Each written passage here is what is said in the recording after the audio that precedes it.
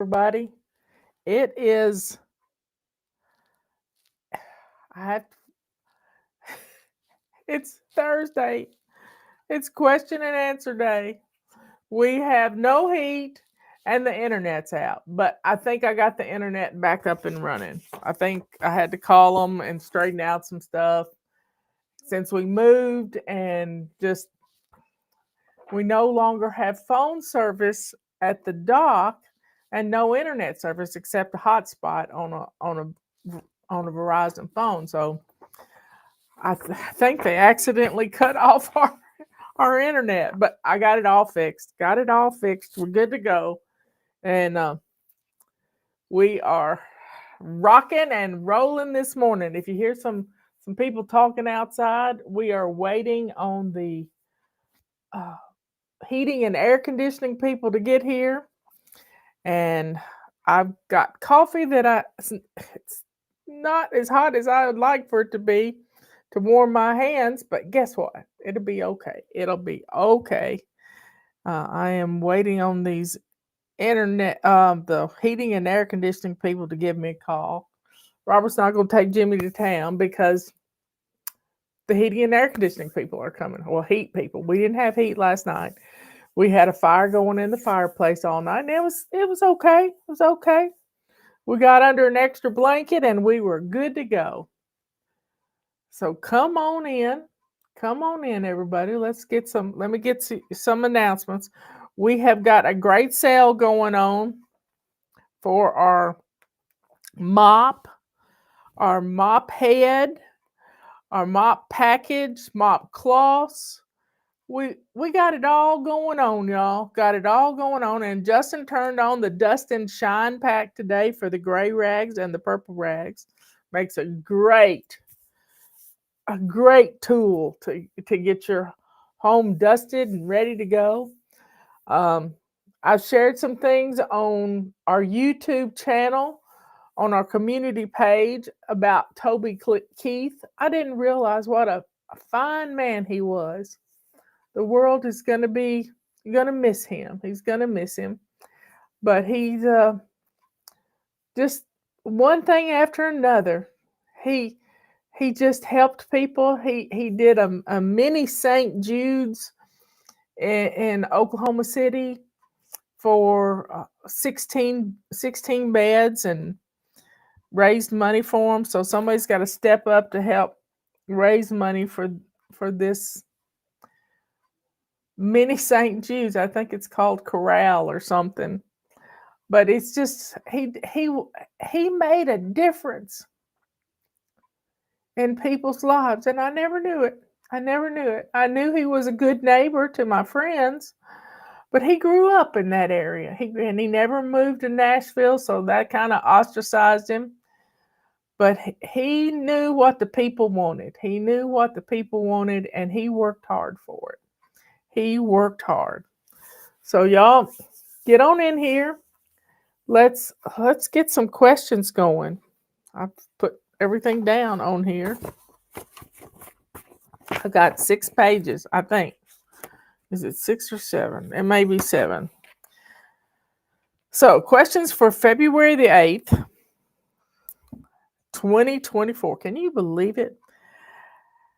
Fly Lady, how do you manage pet hair on clothes? I'm 62 years old and a newbie dog mom. Well, that's quite a blessing.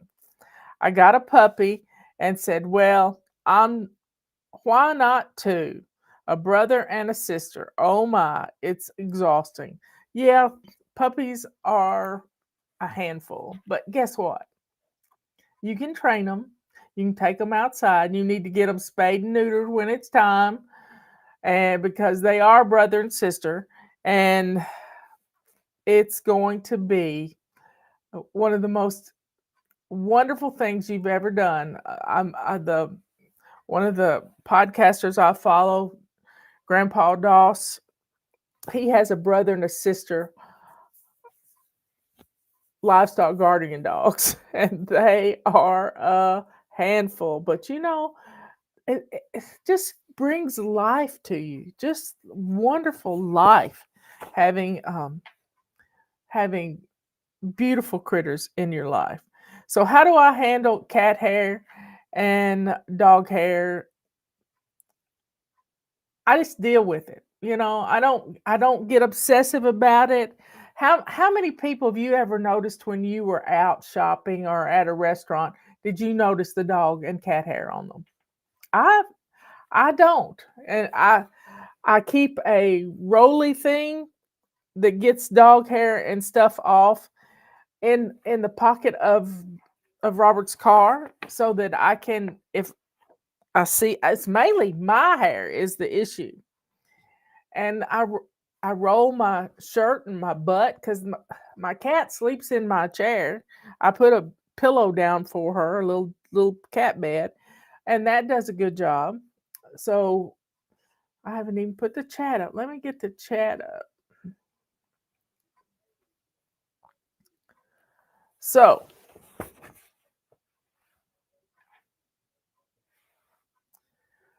uh, one of the things I saw about Toby Keith this morning is when Merle Haggard, and he's an Okie too, was playing a concert in Las Vegas at Mandalay Bay.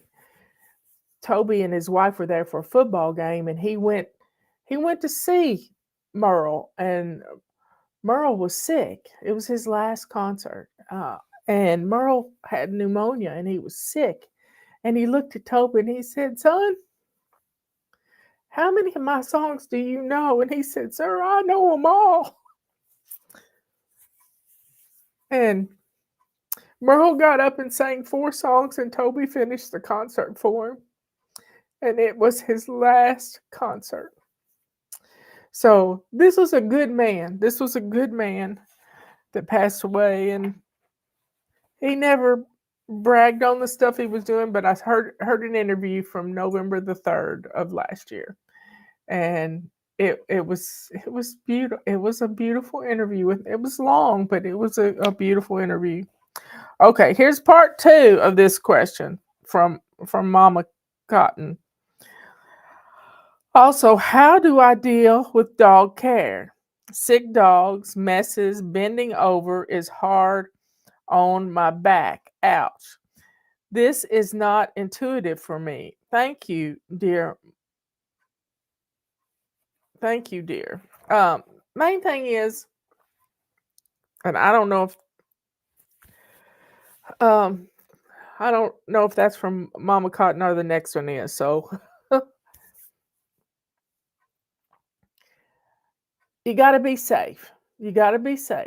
And ma- bending over, yeah, bending over is hard to do. Even squatting can be hard to do.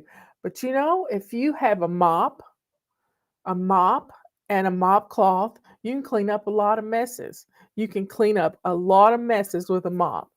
And that's what I've been doing with my 1 minute mops every day. But you got to clean up messes as they happen. You can't let them sit there. So, having puppy pads are amazing to help train dogs. I still have a pack of puppy pads from 5 years ago when we got Tulip. And puppy pads are just the ticket. I mean, I'm not going to throw away these puppy pads because we might need them. If we get sick sometime, we might need them for our bed. They're just like little coverings that protect your floor. Now, I buy paper towels by the box, and I have a box of them everywhere. And when I get up in the morning, I start looking for kitty messes. We call it Earth Patrol. And I'll put a paper towel over it so nobody steps in it. And then when I've got my stomach straightened out, I'll do cleanup and throw them in the fireplace. And we had one little mess this morning. One little mess. But you got to clean as you go, and always have a mop ready when you get through using it and you put the mop cloth back in the washing machine ready to get for the next one. Maybe you just put a paper towel on it and have some Windex handy. You just have to be ready, but utilize your tools. Utilize your tools. And if not, just use your foot and clean it up with a paper towel, and then throw it away. But you're going to have to be stretching. Somebody bought washable puppy pads on Amazon. I've never heard of such a thing. Oh my goodness.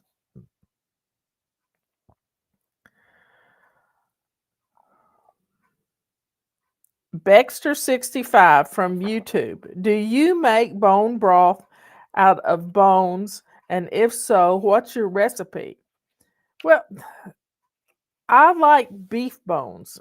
I like a rich beef broth. I like chicken broth too. And you can use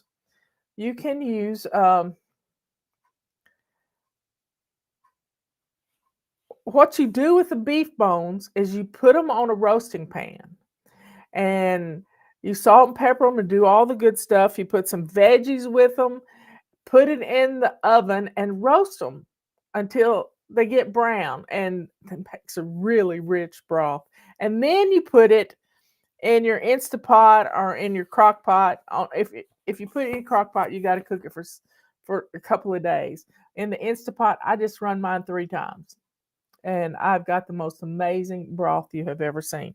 And then sometimes I reduce it down and make it richer by doing reducing it by half in my boiling pan and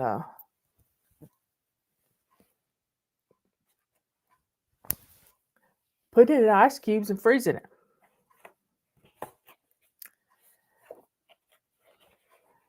So I don't really have a recipe. I just follow what and YouTube has lots of people making them. I mean, lots of people making beef broth, chicken broth, and it's really good stuff.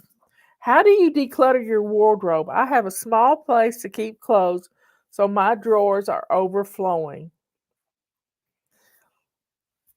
Do one drawer at a time. Reach in your closet and pick 5 items to give away. You know what doesn't fit or what you don't like or what you don't love. You can do this. And maybe you clean out one drawer a week in your dresser because you got too many clothes and you don't wear them. I know you don't wear them. I wear every one of my clothes that are in the bathroom. The ones that are in my closet, they're for special occasions. And I'm not going to any special occasions right now. But just 5 items at a time. Put them in a bag and get them out to your car. And only keep the things, key pieces. Like I've got this heavy duty sweater on right now. It's not the prettiest thing, but guess what? It's keeping me warm on a cold day in our house. Do you have some more recipes to share for appetizers for the Super Bowl? Yesterday, you gave us the potato rounds that sounded great. Uh-oh. Y'all, guess who's back? Guess who's back? He's showing out. Look at him. Look at him. He is showing out. Anyway, Super Bowl recipe. Robert likes to make something he calls it cheese glop. Glop, Glop. Glop.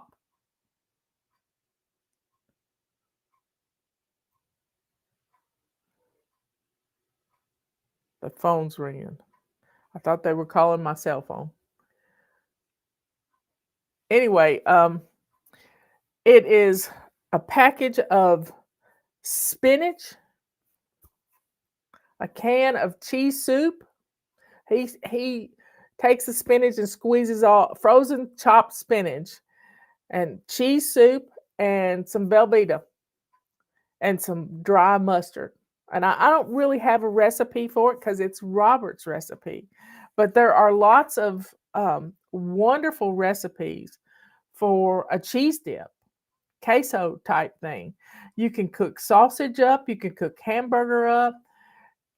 Just look for cheese dip on YouTube and you will find some great recipes. Great recipes. And when you're hungry, everything tastes good. How do you make your lima beans you mentioned on the show on Wednesday? It was a bag of frozen lima beans. I poured them, I threw them on the counter and busted them up.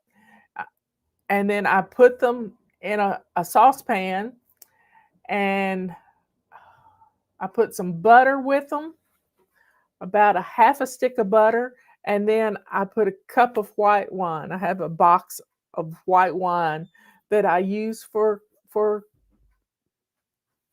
for cooking collard greens and green beans and all kinds of stuff, and all the alcohol is cooked out of it, and I really cook it down to where there's no liquid left. That's pretty much all I do.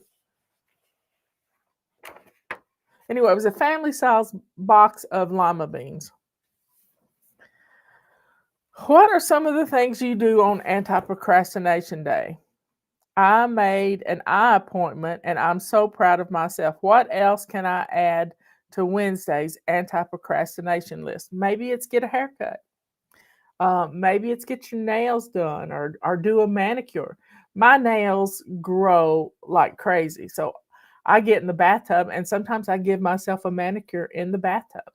I have cuticle remover in the bathtub, and so I just put it on and set my hands up on the countertops and sit back and relax. And the next thing I know, I'm taking my rub scrubber or a purple rag and just rub my cuticles, and it's done.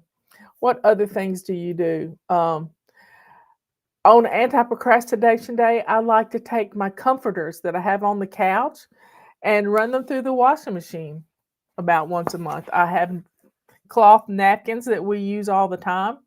I'll wash up the cloth napkins. Anything you've been putting off. Maybe putting toilet paper in your bathroom. I'm down to one roll. I just need to fill up my containers.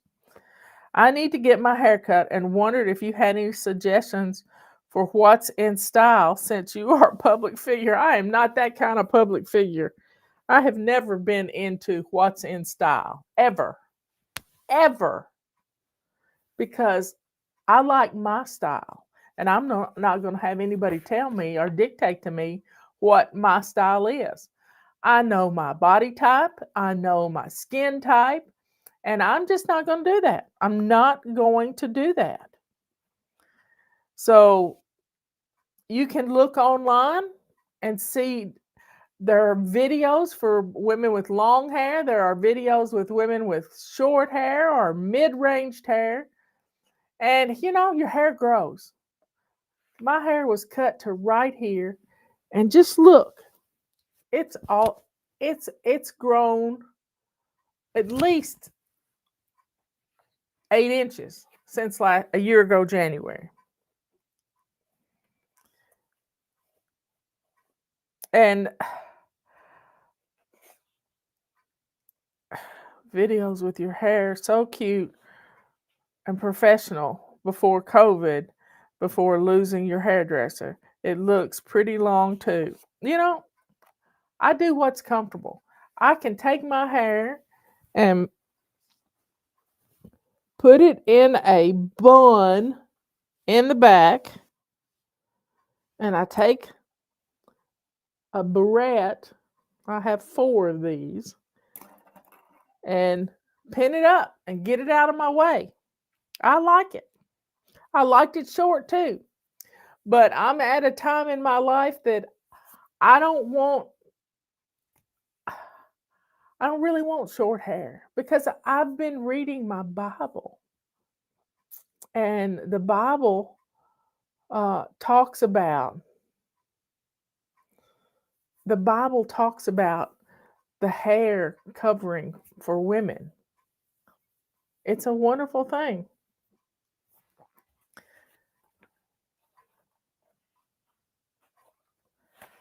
Well, if you want to see me in short hair, just look at my old videos.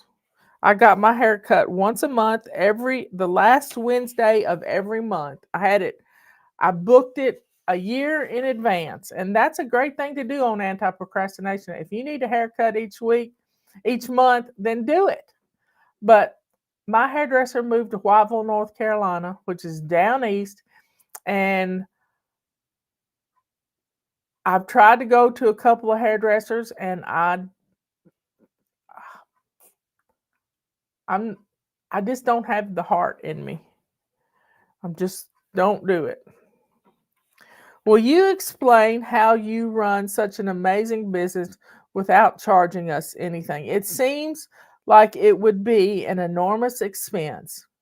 I feel guilty for all you give us when I'm not giving anything back. Thank you so much, Fly Lady, for all that you do to make families' life peaceful and fun. I love you. Y'all, I never set out to have a business. I didn't have a business plan. One person needed my help. And we have downsized, we upsized, and then we downsized. And that's how life is. You move out of your mother's home, your mother and father's home, and you go to college and get a little dorm room. And then you may get a roommate and rent an apartment. And before you know it, you get married and you get a home and you start collecting stuff.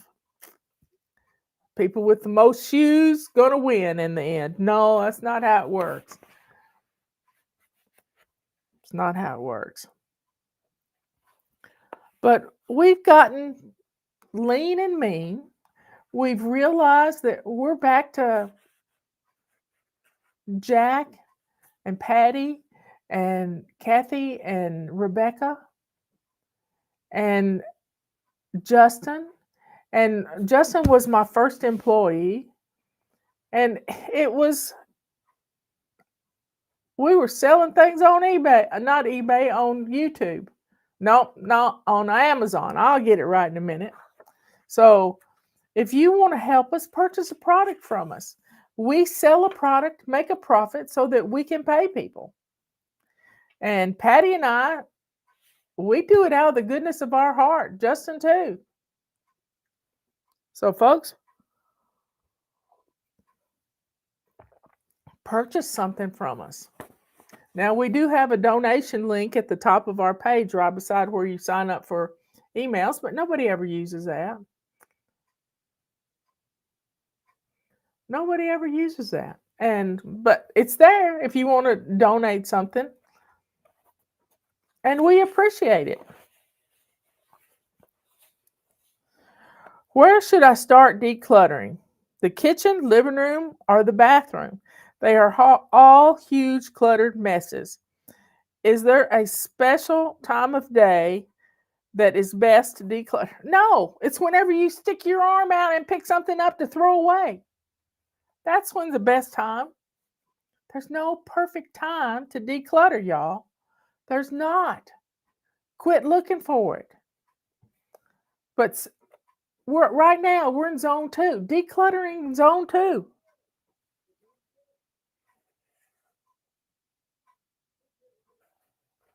I think our heat and air people are here.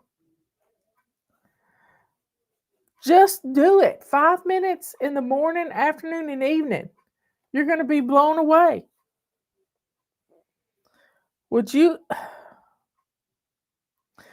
please explain how I can be a perfectionist and have a whole house that is a cluttered mess? I don't understand. It seems like the opposite of perfection to me.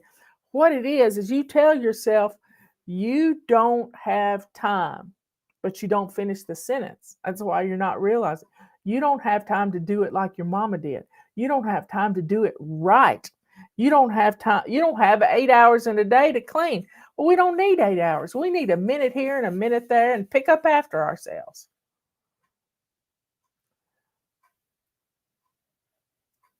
Pick up after ourselves. Go, Ruth's wanting to know how to order a mini calendar.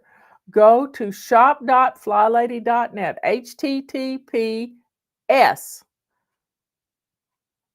and you'll see on the homepage of the shop the calendars, and you can get both of them, and they're half price.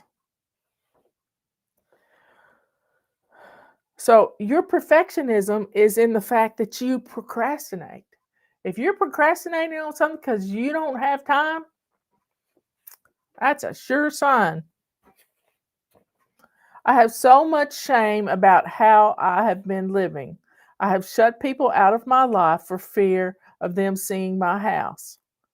You're not the only one. If I could change one thing about my stinking thinking, what would you think that would be? I want to get better, but I'm not sure where to start. Start at your entrance of your home. What people see if they come to your door. And then just work into the living room and, the heart of your home, your kitchen. Start. Sitting there and looking at it ain't going to change it. And whining about it ain't going to change it. You got to do something. You got to hit a lick at a snake. You got to pick up your hand. You got to do something. And we're all here. We're just like you. What is your favorite fly lady tool? Right now, this week, my favorite fly lady tool has been the mop. The mop. Because I got a Roomba and it gets my floors picked up. But this mop is keeping my floors looking good all the time, ready for company, ready for somebody to walk in the door, even if it is Jimmy or a repairman.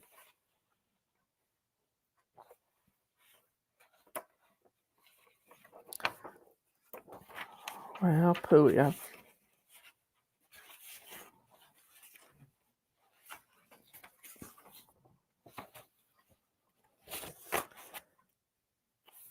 Okay, that's done. I have. So just get started. When you hear yourself say, "I don't have time," set your timer for 2 minutes. 2 minutes. Those key words, "I don't have time," is perfectionism rearing its ugly head. And rebuke laziness.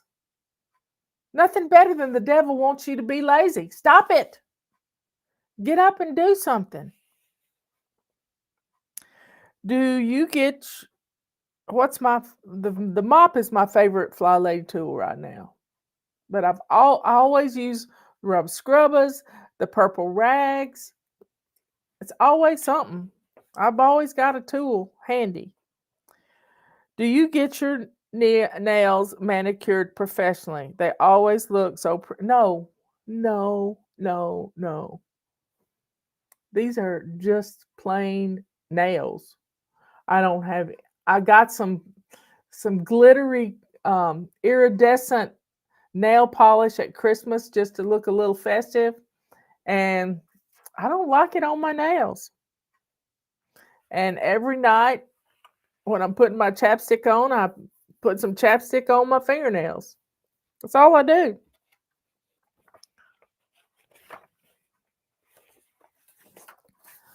Okay, next. Do you still have to declutter after all these years of flying? Yeah, I'm decluttering right now in this room. I've got books I have to eliminate. I got a lot of things that I have to do. But guess what? It's okay. It's okay. You're always going to have to declutter because that's who we are. How do you know what's under my sink? You nailed it in one of your videos. I just started looking around for video cameras. Just kidding, Fly Lady. Because I got it under my sink too. I've got it under my sink too. I know. Mason jars, mayonnaise jars, vases, dirty dish towels that have dried and I need to wash them. That's one of the things I do on Anti-Procrastination Day is wash dish towels. Dear, I am so proud of myself for not quitting my Fly Lady routines that began in January. You said poinsettias usually die out around Valentine's Day and quit their routines. I don't want to be one of them. That's good. Be stubborn. I have kept my sink clean and shiny, plus I'm decluttering every day. My garage guy is the only person not happy. My garbage guy is the only person not happy about this.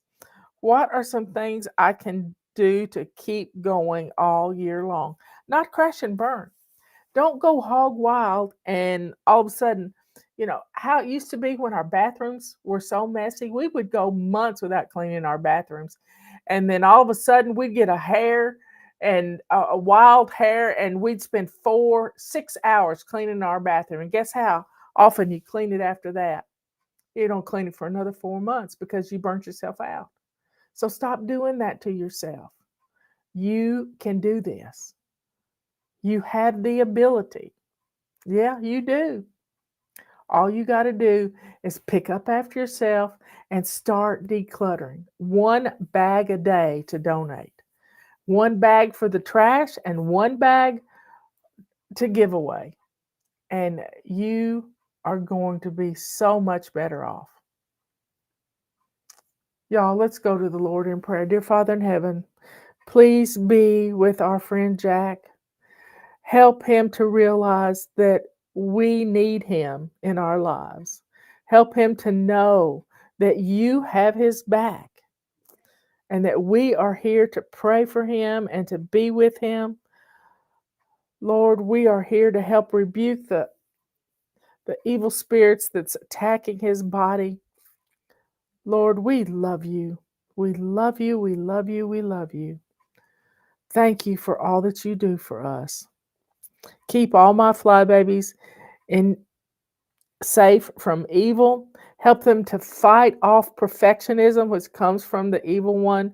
Help them to do baby steps, to just take that first step. Go shine their sink. Get dressed to lace up shoes. We love you, Lord. All these things we ask in Jesus' holy name. Amen and amen. I love you all. I will see you later.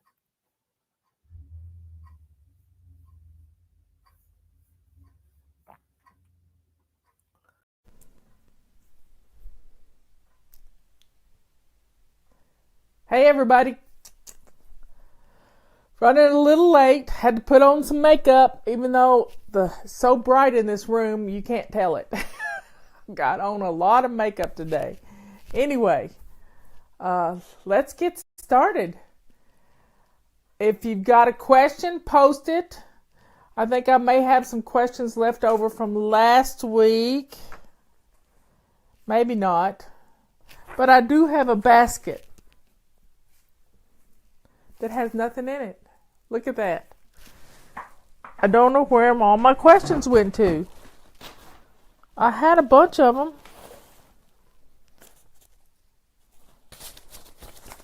Okay. Anyway, we are decluttering this month. February is our month to practice getting rid of our clutter. We need to do it every day. 5 minutes in the morning, 5 minutes in the afternoon, 5 minutes in the evening if you can't put together a full 15 minutes. Just practice doing a little every day. Maybe it's even just one thing a day. The Olympics start tonight. They have the opening ceremonies tonight. And let's commit to having our own Olympic decluttering marathon for the next 2 weeks. And maybe by that time we can put it into the Lenten season and we can get rid of clutter for Lent. And we can get a lot of stuff done if we will just be consistent at it. It is the consistency of doing a little every day. If we take one whole day to declutter, we're worn out and we don't ever want to do it again. So I want you to baby step your way into getting rid of just a few things at a time. I don't know what the Swedish method is. I have no clue. I know what my method is. And my method is, stop comparing Fly Lady to all those different methods out there. You can't follow two masters. And if you want to do it my way, then go for it. If you don't, try something else. I don't care. But you can't do two at once. I've tried that. It doesn't work. So stay focused on getting rid of something every day. I have a box that's by my organ, and Robert and I are putting things in it all day long. At the end of the day, we take it outside to the truck, and it gets dropped off the next time one of us are out. It gets dropped off at Habitat for Humanity. It gets dropped off at the Goodwill truck that's at the Walmart parking lot. There's just lots of places to donate things. But don't get caught up in finding the perfect place to donate. Just get rid of stuff. You've got to do this because this clutter is keeping you from doing your routines. It's keeping you from doing the things that you need to do in your home to keep it clean, to keep it organized, to keep it flowing smoothly. When you are so caught up in your perfectionism, we hear ourselves say, I don't have time. What we're really saying is, I don't have time to do it right. So those of you who are suffering with ailments like broken feet, toes, you're not wearing your shoes, some of you, even if you can't stand, you can still declutter. You can pull up a stool and you can sit in front of a drawer and pluck things out to get rid of. You can put things into little compartments. That's what I did the other day. I pulled out one thing and I had some little bins in front of me, and I just started sorting through my junk drawer, which really isn't a junk drawer. It's a tool drawer. And stuff to hang pictures and all that stuff. But I've done several drawers this week. I've been trying to do one. We're in the kitchen this week, and so I want to do something every day in my kitchen to get rid of stuff. Katie, you're not lazy. You're just sidetracked. So setting your timer for 5 minutes is going to help you. We're not asking you to do a lot. Not a lot. But the more clutter you can get rid of in your house, the easier it is going to be. So, everybody, let's be kind to ourselves. Really, we can do this. If I can get rid of clutter, and my house, our house, was so full of clutter when I first started trying to get organized, we had paths. You didn't dare get up in the middle of the night because you're afraid you're going to trip on something. And now we don't have that anymore. We have calm, organized home. Now, yes, as long as we are here, we're going to hold on to things. But we just have to learn to get rid of something every single day. And it's going to make your home feel good. It's going to make your house be company ready at a moment's notice. I mean, half the time our UPS guy shows up, Bubba, and I'm able to open the door and he'll come in.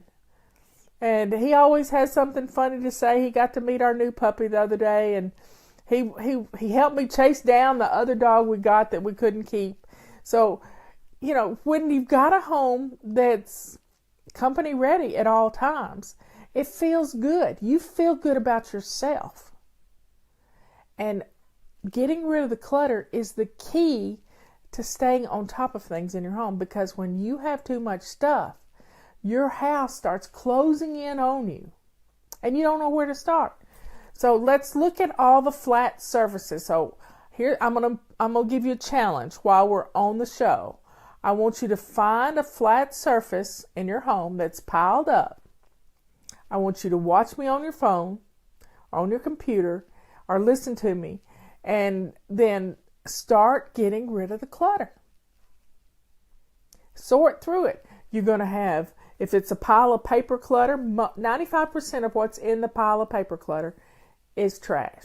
I got a fireplace in my living room, and I use that paper clutter for kindling to build a fire. And I've got a trash bag ready to go that I'm going to burn in the fireplace. It's just got, those credit card applications and junk mail. That's all it's got in it. And when I get off the show, I'm going to build a fire and get rid of some things. This is the number one thing to getting rid of your clutter. You got to set your timer and stay focused a little every day. If you spend all day doing it, you're never going to do it again. But if you spend 5 minutes, and those little 5 minutes build up over a week. Think about spending 5 minutes each day. That's 35 minutes. Spending 15 minutes each day. That can be an hour and a half of decluttering that you didn't expect to do in a week's time. And you're going to see some true evidence.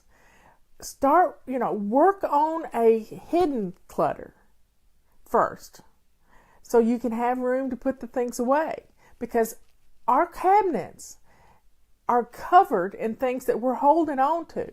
When we get those things out of our cabinets, then we make room for the stuff that's sitting on top of the counters. Now, let's think about what's underneath your kitchen sink. Yeah, I know what's under there.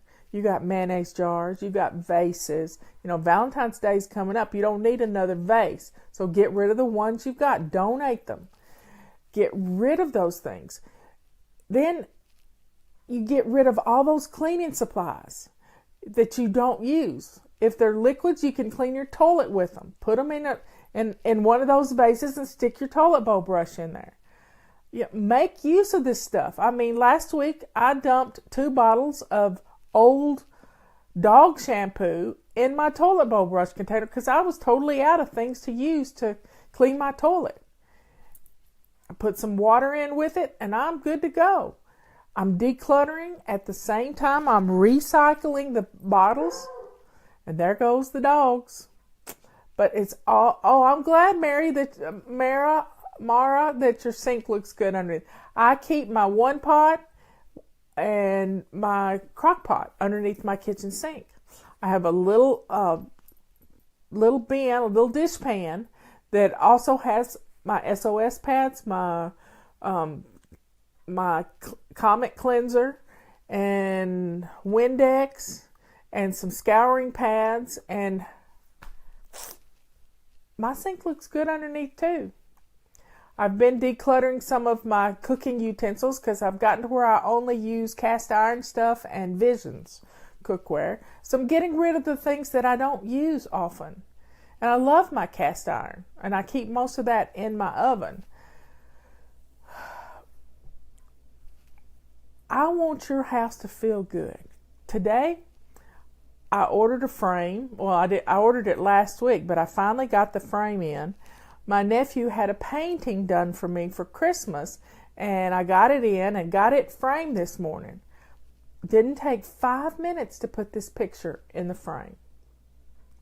And I'm trying to figure out where I want to put it. I may put it on that wall right there, but I don't know yet. It's a very special painting, and it was painted by an artist from Mexico City, who is my nephew's soon-to-be brother-in-law, and he rescues puppies in the ghetto in Mexico City. And these dogs, he takes them in and he feeds them, and he looked at all my videos. Ernesto's probably going to be watching this video, and I'm talking about him. I can't wait to show you the painting that he did for me. He watched them all and got a feeling for what I do. So there's a lot of purple in my painting, but he said I was perky too, and he put some bright orange and some different things in it, and it's a mandala is what it's called, and it's a beautiful piece. So I've got it in the living room for right now, but it might come in here. I don't know.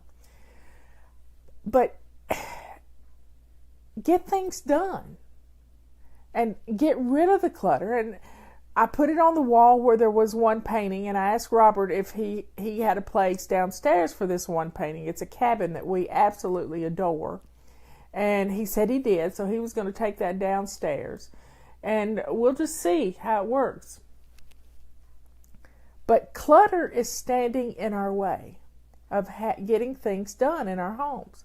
It keeps us from being able to do our routines because we're having to work around all this clutter that we've got.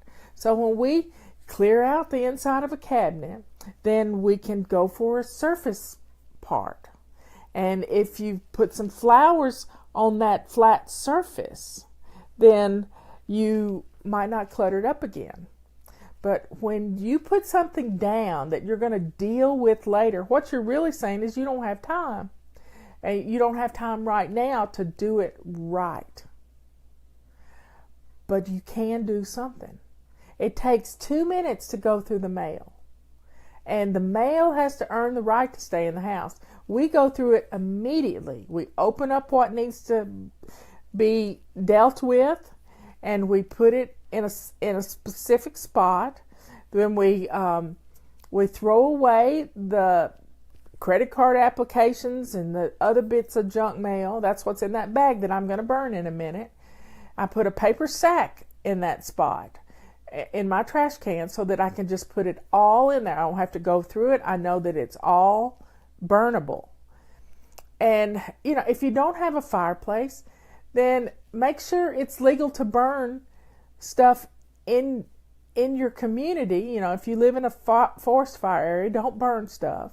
But you can get a shredder and donate those shreds to the Humane Society or Animal Shelter. You can also get a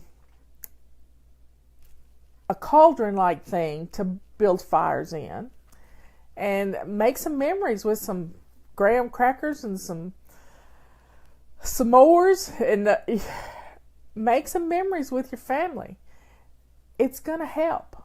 I know I've told you many times about what to do with children's projects, children's art projects. Well, save them up for a week and let each child pick their favorite. Establish a bulletin board in your laundry room where you're going to be folding clothes, and put each picture that the child picks out from that week on the wall of fame, or put it on the refrigerator. I don't much like it on the refrigerator because the refrigerator can look really cluttered and make the whole kitchen look junky. But if you do put something on the refrigerator, it can be a calendar. Now, those of you who know how wonderful our calendar is, talk it up because we're about to run out, and we have them with the coupon code Back to Basics. You can get the calendar for $9.31 plus shipping. So Back to Basics coupon code is ending on Monday. Don't wait, because I'm not going to put another one up for a while. I felt bad, and I do it again and again and again, but I'm getting just not going to do it. Now, don't save everything, but what you can do with the other stuff that the kids don't have is teach them how to address an envelope to their godparents, their grandparents, their aunts and uncles, and share the wealth. Have them send them stuff that they've done this week, and then your kids are going to learn how to let go of things by picking their favorite thing. And then the next Saturday, you take the one that's on the bulletin board and put it in a sheet protector in a notebook with their name on it and put it up. And then after 52 weeks, you'll have a whole year's worth of their favorite things from when they're 10 years old, 11 years old, 5 years old. Let them decide, not you, but them decide what their favorite thing is. And it's going to be, they're going to learn to let go of stuff. And if it's something special, like a big project they've done, you can take a picture of that. But you don't have room for all these projects in your house, but you have room for them in a scrapbook. So let go of things and teach them to let go of things. They outgrow toys. They have too many toys. Bless others with the abundance. Take them to Goodwill and let them see children get a toy that haven't had a toy. So you can learn to let go of things, and they can learn to let go of things, but you've got to set the example for them. Don't hold on. Now, clutter is everywhere. It's in our closets. It's in our drawers. And if you're having trouble with laundry, I want you to clean a drawer out for each person in your family. Just one drawer.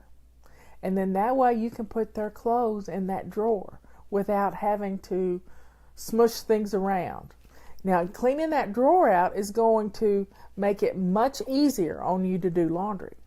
And doing a load of day will help you to stay on top of that laundry.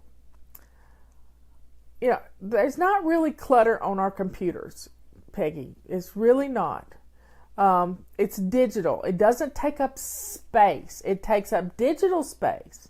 And I had to go in a few months ago and go into 1 year of my pictures, because at one point I had my camera taking 3 pictures at a time, and they're rather large. And so I made room for about 100 extra gigs on my computer by just deleting some of the extra pictures. It's digital clutter. It's not clutter. It's really not clutter. It's just, it's real easy to delete everything in spam. It doesn't take long. I just do Control A and delete. And another fun thing to do with t-shirts and things is to make a quilt out of them. And there are people on Etsy that will do it for you for $150. And if there's, really things that you love, then you can turn it into something else. I went through all my mugs this past week, and I have spiritual mugs that make me think about God and different things. I have memorabilia mugs that I pick up when I travel, and I decluttered some of those this week. I had 4 mugs from Hershey, Pennsylvania. Well, I don't need to be reminded about chocolate right now. So I kept 1 elegant mug from Hershey, Pennsylvania, and I'm donating the others. It's all about letting go. It was fun for a while, but my cabinets were overflowing and I needed room. Let's see, my husband is listening to your voice from across the room and just said, "That's Fly Lady. You are part of our family." Well, tell your husband I said thank you. I love being a part of your family. I want to help you get rid of the clutter in your home. I want you to turn your house into a home. And you can do that by letting go of this clutter. And if you start setting the example for your family, your husband's going to get on board, your children are going to get on board, and you're going to have a lot of fun doing this, because it's going to make it so much easier to keep your home looking nice if you will just do a little at a time. I don't want you to spend all day, just a little at a time. And I started decluttering in 1999. I was going to get organized, and I started practicing 1 habit a month. Keeping my sink clean and shiny was the January habit. February was decluttering every day, decluttering something every day. And I worked on the flat surfaces. Then I started picking up things that were, we had paths in our house. And I got rid of, they knew me by name at the Humane Society thrift store. But I had a hard, fast rule. If I donated things, I couldn't bring anything home. You hear me? You can donate, but you can't shop. Because we are the queen of shopping. And I fought instincts yesterday. Yesterday I ran errands. I had to have blood work done. I've been poked and prodded. I look like a pincushion. And I got my hair cut. You can tell that. It's kind of short, but hey, it grows. And I just let Teresa have her way with it. Do whatever she wants to. And only thing she can't do is diet. I just said you can't diet. There was a little lady there at the beauty shop. She was so cute. And she has hair about the color of mine, but she was having it bleached totally white. And I said, you're the first woman I've ever met that bleaches her hair totally white to look her age. She says, well, what age would I be? I thought, well, that's just fun.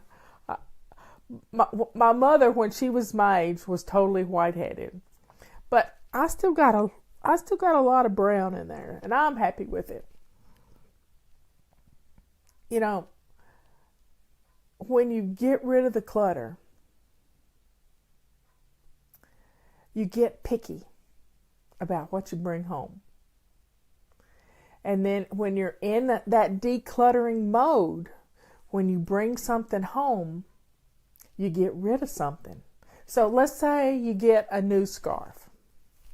You get a new scarf and you got to get rid of 2 scarves. Well, I have decluttered my scarves to the point that I don't really have any that I don't love. And I'm not ready to get rid of anymore. But I haven't bought any new scarves, so I'm not going to get rid of anything. But if you get a new shirt, you got to get rid of 2 shirts that you're not wearing anymore. Maybe maybe you fed the girls a little bit too much and they got some spots that you can't get rid of. Just, let them go. This is a scarf. Let's see. What? I think it has a Bible verse on it somewhere. Maybe, yeah, this one. It says something. It says from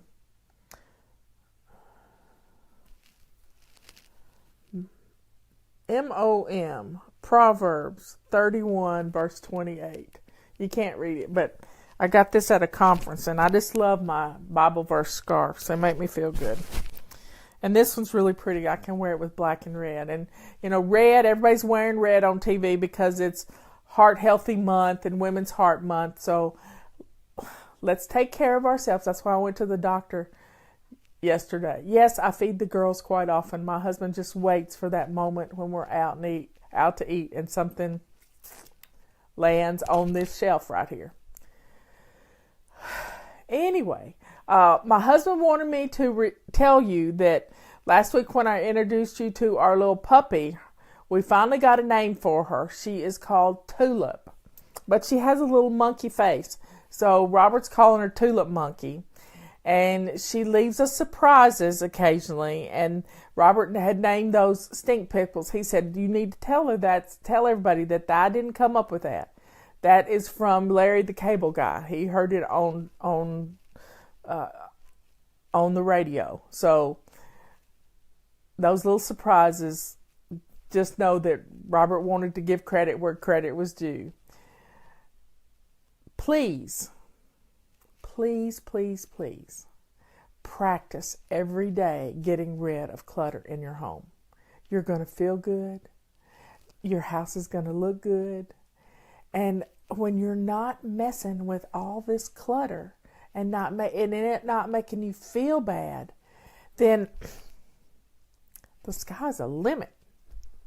You're going to have more time to play, to do the things that you like to do. That is really bright. That's better. Maybe I need a screen right there. I don't know. I may have to get something to put right there. I don't know what it'd be though.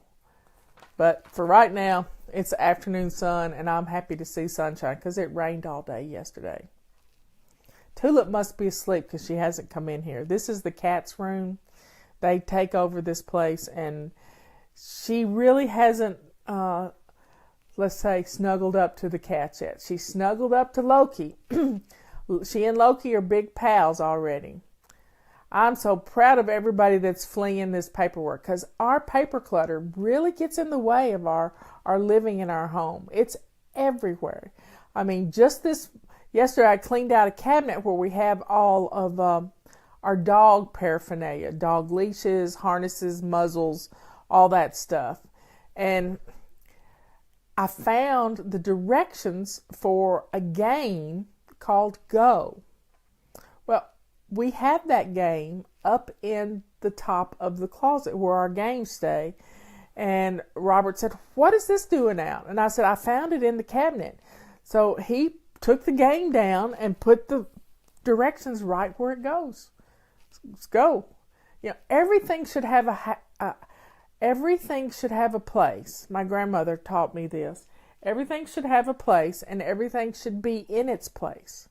Because when we have a place for things, and that place has been cluttered with other things, then that item sits out on the counter and it makes our house look messy.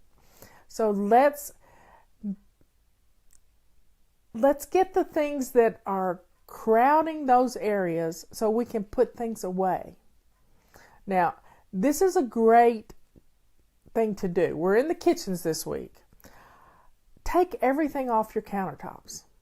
You know, get you a sink full of hot soapy water, and let's start clearing off the countertops and put things away where they belong. I don't like my canisters sitting out on the countertop, but we have some snack canisters and we have some coffee canisters, but my flour, sugar, and all that stuff stays in the cabinet in a drawer. And it's right where I keep my mixer. But I move my mixer, because I don't use it often, over underneath another cabinet. And the whole kitchen has changed the way it feels because I put everything where it belongs. And I like to have my utensils out because I'm always grabbing one, and you can't find what you want in the drawer. So I have them in a little crock that holds them all, and they're easy to put away. Clearing out the stuff that's getting in your way on the counters. I mean, I look on Facebook and I see people's, not necessarily on our page, but even on TV, I see people's whose counters are piled. There's not even hardly any room to prepare something, much less roll out a pie crust or make biscuits. I see these kitchen counters just cluttered up with everything. Let's get our counters cleared this week. We got 2 more days that we've got missions, but we got Saturday. So let's get rid of the stuff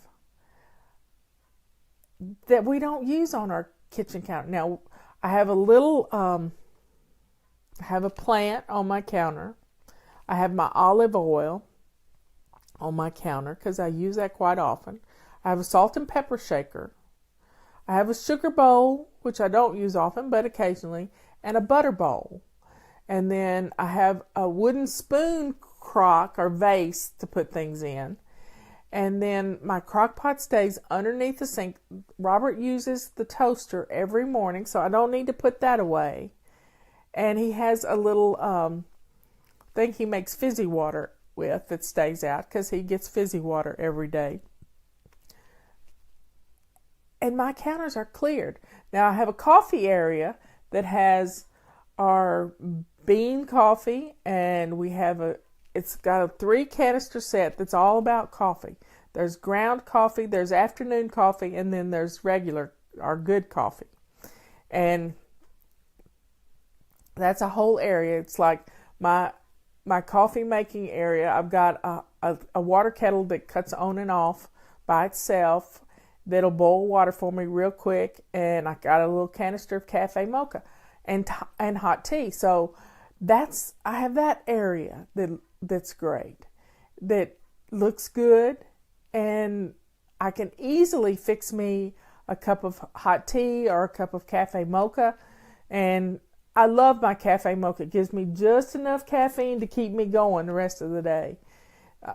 Do you know my recipe for cafe mocha?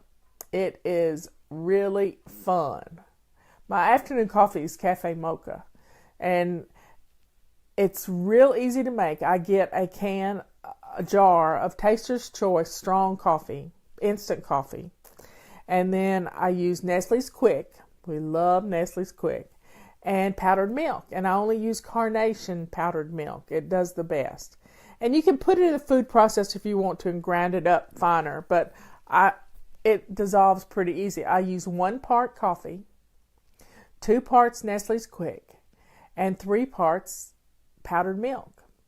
So if you want to use the jar of coffee, or you can just use a cup, use a cup measuring cup, and then 1 cup of instant coffee, 2 cups of Nestle's Quick, and 3 cups of powdered milk, and stir it all up, and yum. Now you can put a little vanilla in it if you want to, anything like that.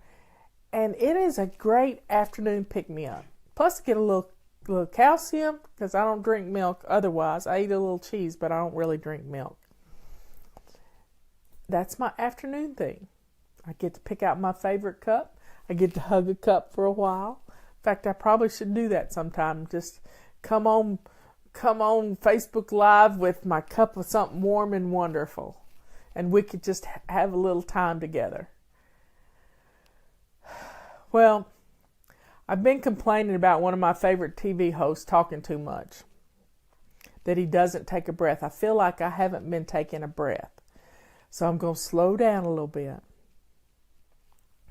And, next month, well, here we are. We're only in the 8th day. Now, today is the anniversary of Michelle's Miracle on the Mountain. 2 years ago today, Michelle had a terrible accident at her house on a John Deere Gator.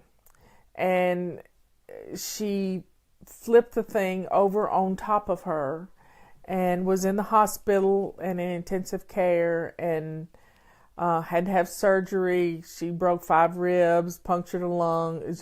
It was awful. But guess what? There was a miracle that day. And today we sent her flowers because I wanted to remember the miracle. The miracle was the phones don't work at her house. I can be talking to her on the phone as she's driving home. She gets to her driveway. There we go. I don't know what happened.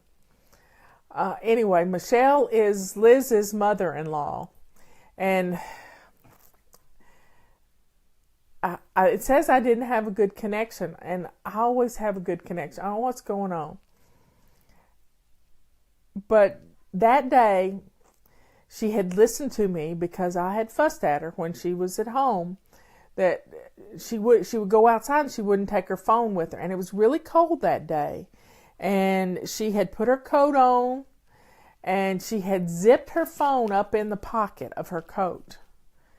And when the accident happened, she was able, because if it had been on the dashboard of the Gator, it would have flown, she wouldn't have been able to get to it and she would have died. She would have gone into shock and died. But she was able to get to her phone because it was on her body and call 911, and it got to 911. And they sent emergency people out to her house and saved her life that day. The phone hasn't worked since in that area. I've told the Verizon people that they were part of a miracle. And so today we sent her flowers, and we hope it's a good day to remember. And keep her and Brian in your prayers because Brian's got the flu. And if you hadn't gotten your flu shot yet, and I don't care if you don't believe in them, I don't even put it in the comments, because this flu season has been horrid. And I don't want you to get the flu, because we have 2 speeds. We have 90 miles an hour and dead stop because we're sick. So stop, right? If you haven't gotten a flu shot and you're not sick, go to Walgreens, go somewhere and get yourself a flu shot. They had 4 when Michelle was at the doctor's office this morning, and she got one. Justin got one in November when he had his physical. I got one in November for Robert's birthday. That's what I gave him for his birthday. He said he wanted that present every year for me to get a flu shot. This flu turns into pneumonia in some people, and pneumonia can kill you. And we have got to, let's talk about some things we can do to protect ourselves. This week, when I've gone out to eat, if I want to use some salt, I'll pick the salt shaker up with my napkin and salt my food. Let's see. I open the door or pull the door open with my shirt tail. I don't touch the door handles. I've been that way forever. I think I can blame Eric Dodge for that. When I got through with dinner the other night, I went to the restroom and washed my hands before I left the restaurant, so I didn't take the germs to the car. Also, when I get home, I wash my hands again. We are washing our hands like crazy. So wash your hands, get the kids to wash their hands. I'm not big on hand sanitizers, but I will use them if I have to. And I keep some in the car. Now, what else? What other things can you do to keep the flu germs down? Cook at home.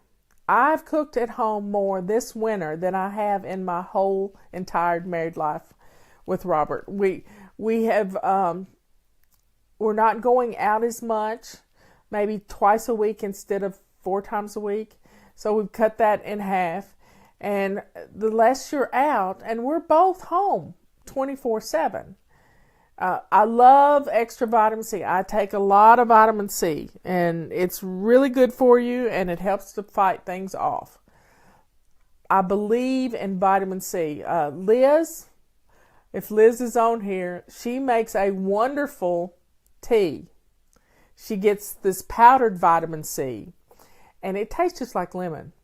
And she makes sweet tea, and she puts scoops of vitamin C in it. So her whole family's getting vitamin C'd up, and they think they're drinking lemon tea. They think it's the best tea in the world, and all they're doing is getting some extra vitamin C. When my husband got the flu in November. We don't know what it was, but it was some little something. He got his flu shot in October, but in November, around his birthday, he got sick, Thanksgiving weekend, and we had to postpone Thanksgiving because of it. And he actually loved the vitamin C I would put in his water. So use vitamin C. Now, with drying your hands in your bathroom, don't use one hand towel to dry the whole family's hands. Get you a package of a dozen or more. I've got about 5 dozen of them. White washcloths that you can bleach, and use those to dry your hands. It feels just like you're at a spa. And you can use them to wash your face. You can use them to wipe down your counters. And you can use them to dry your hands. And I have a little basket that I put the dirty ones in. I let them dry on the side and put them in it. I get the vitamin C powder on Amazon. And it's just a canister. I buy 2 pounds of it for like $20, and it'll last a year. Cell phones get dirty. Computers get dirty. Every time I clean my glasses with a little alcohol wipe, I wipe down my cell phone at the same time. So I'm doing that a couple of times a day. What else can we do to handkerchiefs, Kleenexes. Cover your mouth with a cloth if you have to cough. This putting it in the elbow, germs go everywhere. But if you'll totally cover your face and use those washcloths for the same thing, for covering your coughs. And they're soft, especially if they've been used a lot. They're old and they're comfortable to your face. I keep water boiling on my stove when it's cold, when it's, down in the 20s and the teens. I keep a pot of water boiling. Now, we get sidetracked. And what I have to do is I set the timer on the stove for every 30 minutes, and I have a pitcher full of water that I fill up and that I keep putting water into my humidifier on the stove. This keeps our air humidified so that I don't get sinus infections. I don't get sinus infections because I keep the air moist, because your sinuses need moisture. I also buy saline nasal spray, just plain saline, by the case. I buy six at a time. In fact, I'm down to one. I've got to order some more. But I keep a spray bottle by my chair. I keep one in my purse. I keep one in my bathroom. I actually keep one in my bathtub and beside my bed. So I can keep my sinuses moistened. And if there's any mucus in there, I can get it out. And I use those white washcloths to blow my nose. And I put it in. And then I'm going to bleach them and have fun with them. So let's see, what else can we do to keep germs at bay? Practice washing our hands. I've used this Jergens soap that I love. It reminds me of my grandmother because she used Jergens lotions all the time. And I use that and wash my hands. And then as I'm washing my hands, I want to smell my grandmother. And so I'll put my hands up to my face and I'll thank God for giving me a godly grandmother. And so that's how I remember her every day. We just have to be vigilant, but we can feel good about things because, having a little cat hair and dog hair on the floor, a little dirt on the floor is normal. And don't beat yourself up that your floors aren't pristine, because those floors are going to help to keep your children healthy as they get older, because they're going to develop an immune system that doesn't go nuts around different things. They're going to have less asthma. I was looking it up a while ago for an article I was writing. It was in the New England Journal of Medicine that having a house that's not pristine can be actually helpful.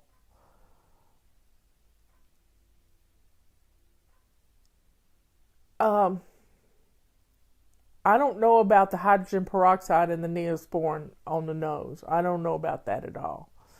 I don't like planes, so I can go on them, but I'm not crazy about them.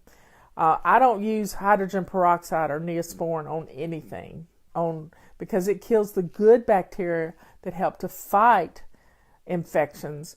The worst infection I've ever had was with using hydrogen peroxide and Neosporin on a hangnail on my toe while I was traveling. And it was awful. And I had to have a shot because red streaks were running up my leg by the time I got home. So I've seen the reports that they don't recommend using those on cuts, but to keep your nose nice and moist, I don't know about that. That's something to think about. Anyway, there's just these little things we can do. Now, a lot of us get sick from handling chickens. I don't like chicken juice. Don't like it at all. And when I'm going to deal with chicken, I make sure my counters are clean and my sink is clean before I start dealing with the poultry of any kind, washing it. And then I like to wear rubber gloves. I have some in a drawer. And then to touch it, I don't like to touch it. And because you can spread these chicken germs, E. coli and stuff, all over the place in your kitchen.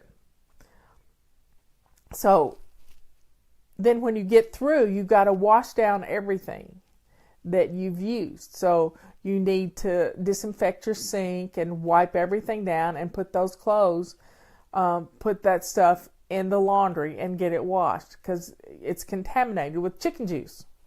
Don't like chicken juice. So little things like that keep your family healthy.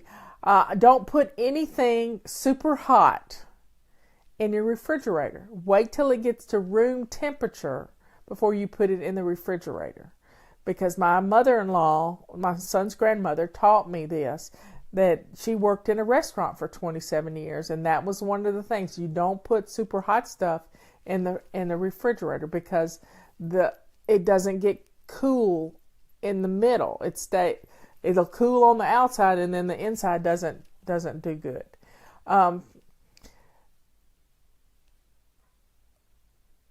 Get a supply of the things you need when you get sick. Let's say some stomach virus is going to go through your house. You don't feel like going to the store when you're sick. And then you're spreading germs. And that's another thing. Michelle and Brian has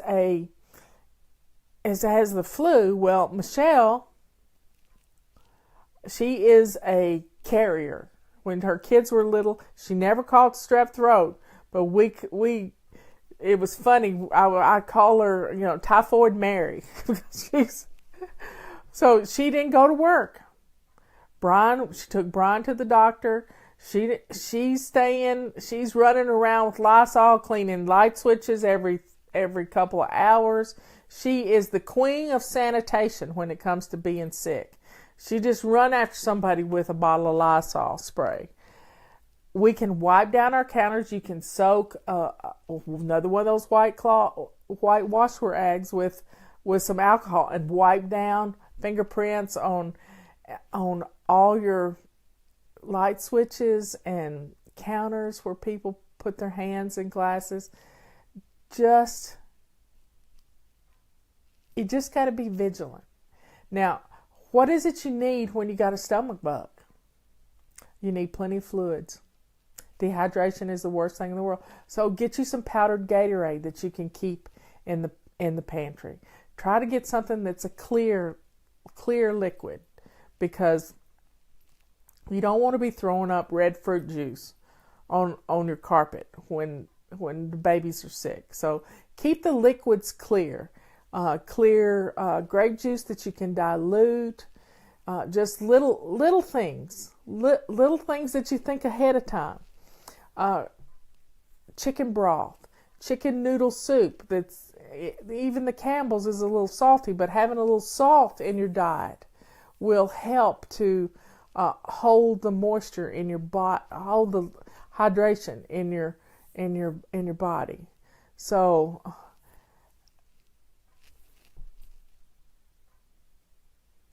anyway, the whole having this stuff in your house is going to help you. Now, here's another fun thing. Those old beach towels and towels that you have a place for them that you can get to them easily. And if you've got an old blow-up mattress from a pool party, have that in a beach bag, so that when you get sick, you can blow up this mattress. And when you're having to hug the porcelain phone in the bathroom, throwing your guts up, at least you can have a comfortable place to sit on an air mattress or lie down. Sometimes lying down on the bathroom floor is the best feeling thing of everything when you're sick. Just that cold bathroom floor can feel good, but it gets hard after a while. Now, having those old towels, you can get them, you lay them on the floor, and then all you do is grab them up and throw them in the wash machine. The buckets and stuff you use at the beach with the sand buckets and shovels, kids, you can pay your kids $1 or $0.25 if they hit the bucket. I mean, it won't be much fun, but you can make a game of throwing up. I know that sounds terrible, but you can pay them $1 to hit the bucket. So I just want you to be protected this flu season. And here's another thing I want you to remember. This stuff can turn into pneumonia pretty quick. And if the congestion starts building up in the lungs, I was taught as a young mom to pat your baby's back like you're burping them, but a little bit harder, with a cupped hand to break loose the phlegm. And then coughing, they can cough this stuff up. Stay with your babies. Watch them when they sleep. this stuff is bad. Stuff is bad. It's not going to, you're going to have to be vigilant. Yeah, nothing says I love you like a clean toilet, especially if you're throwing up. And that's for you. You're taking care of you when you do this. It really is for you. Now, promise me you're going to get rid of something today. Declutter something. Getting stuff out of the house is going to be the best thing in the world for your home and for how you feel. I love you too, Paula.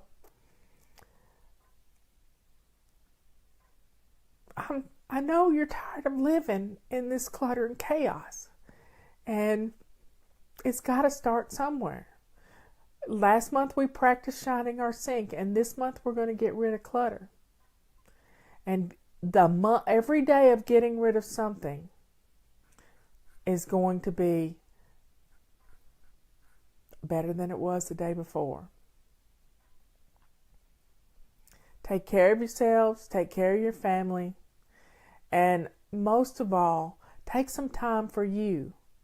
Sit down and make a list of the stuff you need to get at the pharmacy, the electrolytes, the Pediapops, all this stuff so that you can have it in the house when the stomach bug rolls around. And enjoy your family. Commit to doing a bag a day. I love it for Lent. I'm going to do the Olympic challenge. I'm going to get rid of something every day. I love you all. I'll see you next week. Oh, coupon code Back to Basics ends on Monday, and we got this big calendar sale.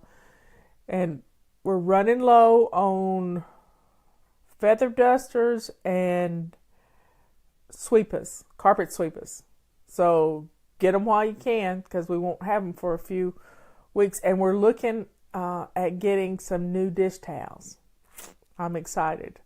We haven't had any dish towels in a while, and dish towels, to me, I'm real picky when it comes to a dish towel. And we found some really good ones. They just brought them to me a while ago. So I shall see you next week. Everybody take care of your families, and especially take care of you, because if you don't take care of you, who will? And then who's going to take care of everybody else? I don't want you getting sick. And if you hadn't had that flu shot, go to Walgreens or CVS or someplace and get it, because it takes about 10 days for it to kick in. And this flu season is really bad. Love you all.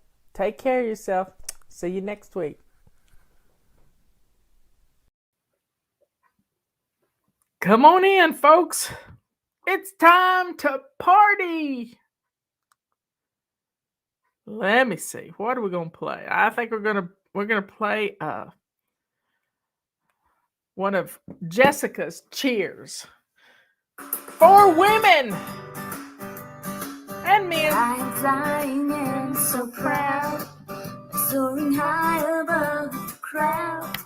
I will smile and shout out loud, go me, go me, go me. I will bless my house today, having fun along the way. I can't wait to start my day.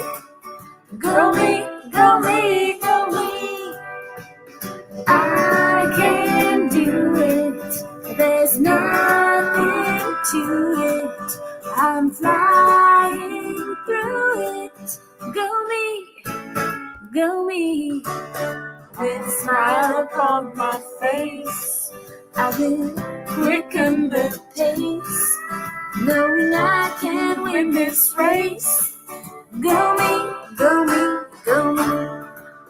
15 minutes is all I've got, but I'm not gonna stop until I beat the clock. Go me, go me, go me. I can do it, there's nothing to it. I'm flying me. I'm flying and so proud, soaring high above the crowd. I will smile and shout out loud. Go me, go me, go me.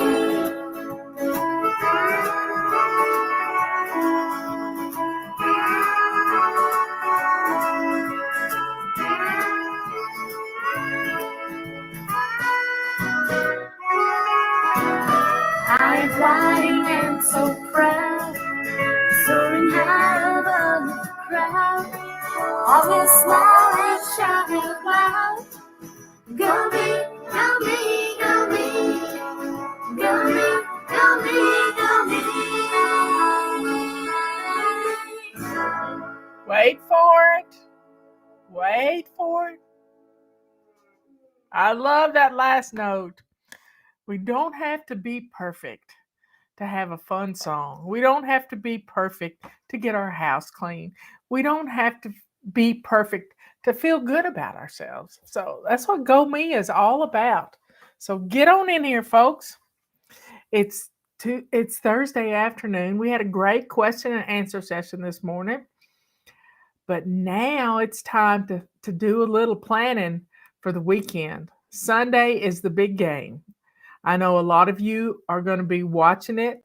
Maybe some of you don't really care about the big game. You just care about your family being happy and having food. Well, that's what we're doing at our house. We're not really watching the big game.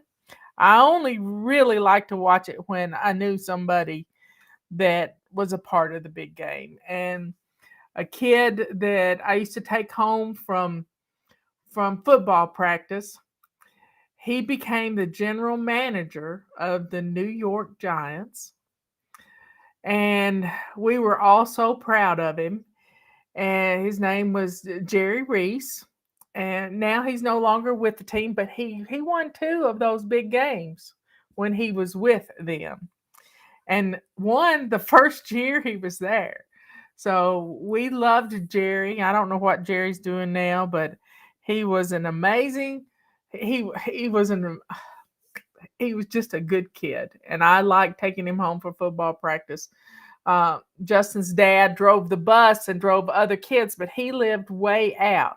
So I would meet the bus, and when I got off work and they got off practice, I would meet the bus, pick Jerry up, and take him, and then I'd be back home before Justin's dad ever got home. So Jerry was a fine kid and a great man. I still follow him sometimes on when I see him on Facebook. But he was in my sister Dina's class, and he was the quarterback for our state championship team. So we got this big game coming up. I don't even know who's playing. I think the Rams are playing, and Cincinnati. I think, if I remember correctly, I'm seeing the Bengals and the Rams. So I'm seeing the 2 animals and in my head. But you got to cook if you're going to cook for them. This morning, I recycled my heart attack baked beans, which are to die for if you haven't had them. And I'm going to tell you how to make them. And they can be sort of the basis for any meal you got going on. But you got to start making your plans. You need lots of paper plates. I like, when I'm doing a party, I want those oval paper plates. Those big Chinette paper plates. They're my favorite paper plates, especially if I'm doing a shrimp boil or something like that. That's a fun party in the summertime. But the heart attack baked beans, the video's out there. You can check it out on our YouTube channel. It's real simple. You fry some bacon up, and I like to cut my bacon up into pieces, not just strips of bacon, because I use a whole package of bacon. I like my bacon in my beans. And if you're making a lot of beans, if you got a lot of people coming, you need plenty of bacon. So I usually use a 2-pound package of bacon and slice it up and put it in a skillet and get it cooked. And then you can add the onions, a couple of onions to it. Chop them up, put them in there, get them cooked. Then you add some brown sugar. And brown sugar, it doesn't take much, but you can put some brown sugar in there and it'll kind of get caramelized, melt the sugar in the grease and in the bacon grease and everything. That's why they're heart attack baked beans. And I have done these baked beans for 100 people at a wedding, at my sister Dina's wedding. I put together everything it was going to take for these baked beans, and I cooked it all in the crock pot, but with no beans in it. And then I just took the cans of beans with me. So I froze all the fixins that was what I'm telling you how to make right now. So after you add the brown sugar and you dissolve it, you put some ketchup in there. And if you're making a lot, you might have to use almost a bottle of ketchup. And then you put some mustard in on top of that. And you can add a little Worcestershire if you want to. Stir it all up together. It becomes this orangey color. If you're going to eat them today, you can make them ahead of time and put them in the refrigerator or in the freezer, and then you can thaw them up and put the beans with them. But I use 2 big cans, the tall cans, not the big fat cans like they use in the lunchroom, but the tall cans, and drain the juice off of it because you're making a replacement juice. Think of these fixins for the beans as replacement juice for the pork and beans. So a can of pork and beans, I use 2 of them. You'll have about that much liquid on the top. Just drain the liquid off and put it together. You can put it in a crock pot and let it cook in the crock pot for 3 or 4 hours before the game starts. And they'll be great. They'll be wonderful. They'll be good. They'll be excited to have these beans. Another thing that people like is burgers. You can always make a burger bar, and you can make these burgers, and you can tell my son, he likes bacon too. So I've just recycled one of his videos where he was really talking to the guys about helping in the kitchen. And so he showed us how he makes burgers. And he cooks them in some bacon grease. That's my son. What can I say? Cooks them in some bacon grease, and then he's cooking them on the grill, on a griddle pan where he's cooked some bacon, because he's going to make something healthy too, because Emily makes sure there's always something healthy on their table. And so they shredded some Brussels sprouts and put some bacon in those and cooked them on the grill. And then that's their side dish instead of French fries. But you can have French fries every once in a while. And then he takes the patty that's been cooked in the bacon grease and puts it on the grill. And then it's practically done right then. And then he starts adding the different types of cheeses: pepper jack, Swiss, feta. He just makes a different cheddar. He just makes all kinds of different cheeses on there. And he takes the buns and he rolls them around in the bacon grease and puts them on the grill and toasts them. So you've got this big greasy cheeseburger that then you add the lettuce, tomato, the pickles. You got to have pickles. You have to have pickles. Mustard, ketchup, all the stuff you need on this, and you make this big old burger bar. That's fun. Another fun thing is making fajitas. Justin makes a lot of fajitas, and he just takes a flank steak and marinates it and cooks it on the grill, and then he slices it up. He does chicken breasts the same way and slices them up, and it just he has a wonderful basis for fajitas. And then you've got all the fixings. You've got shredded cheese. I'm gonna pull that video after a while and put that up there. So you got the baked beans. You might need some nachos on top of that. So you got to have some chips and dip and just some fun things to eat, because they say we consume a lot of calories on Super Bowl Sunday. Anyway, so we got to have some fun with it, y'all. Have some fun. If you feed them, they'll come. And maybe think about dessert. Maybe you want to do uh, an ice cream bar. Now, how would you do that? Well, you have nuts and coconut and chocolate chips and all kinds of things to make sundaes, chocolate syrup, and then you can take your dishes and ahead of time, put the scoops of ice cream in the dishes and freeze them. Yeah, you might need to take up a shelf in your freezer, but get it all done ahead of time so you're not having to do it. You get the ice cream dishes out, and then you can start making your ice cream sundaes. Fun, fun, fun for the kids and for you. Maybe have some cookies to go with that. So if you feed them, they'll come. And if you have something they really like to eat, because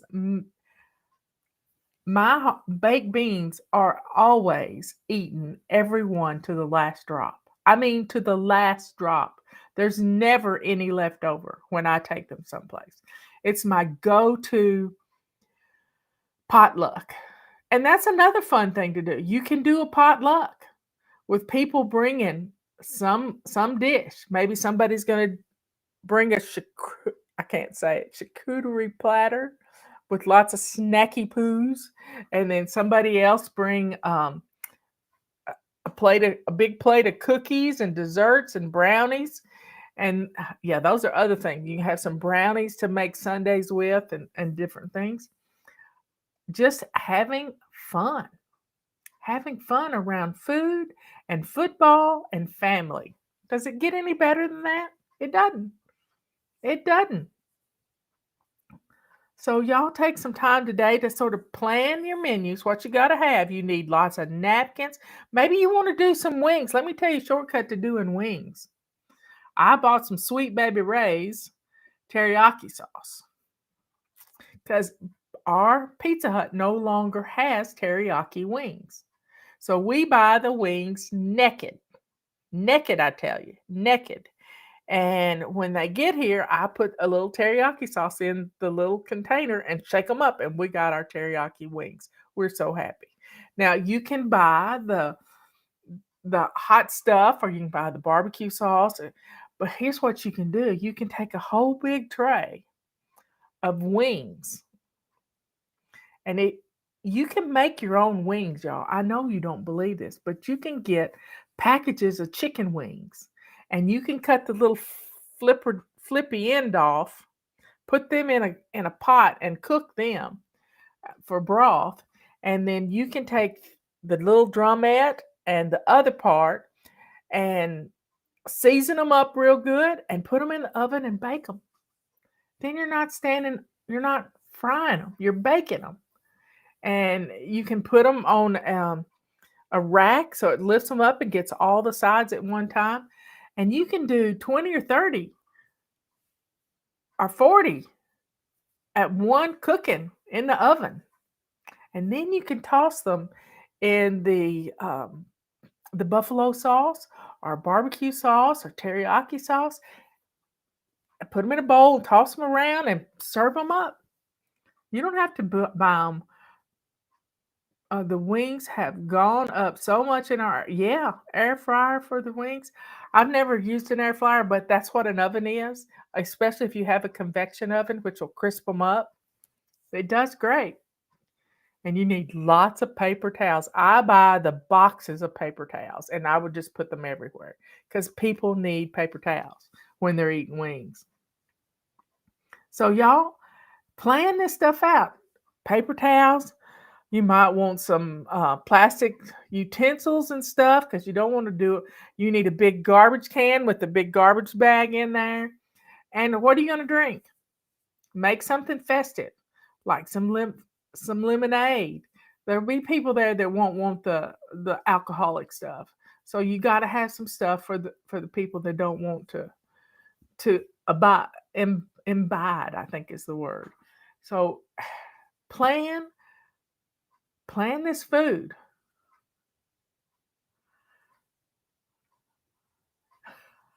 Saying this for you. Kinder, you're so right. Great minds think alike.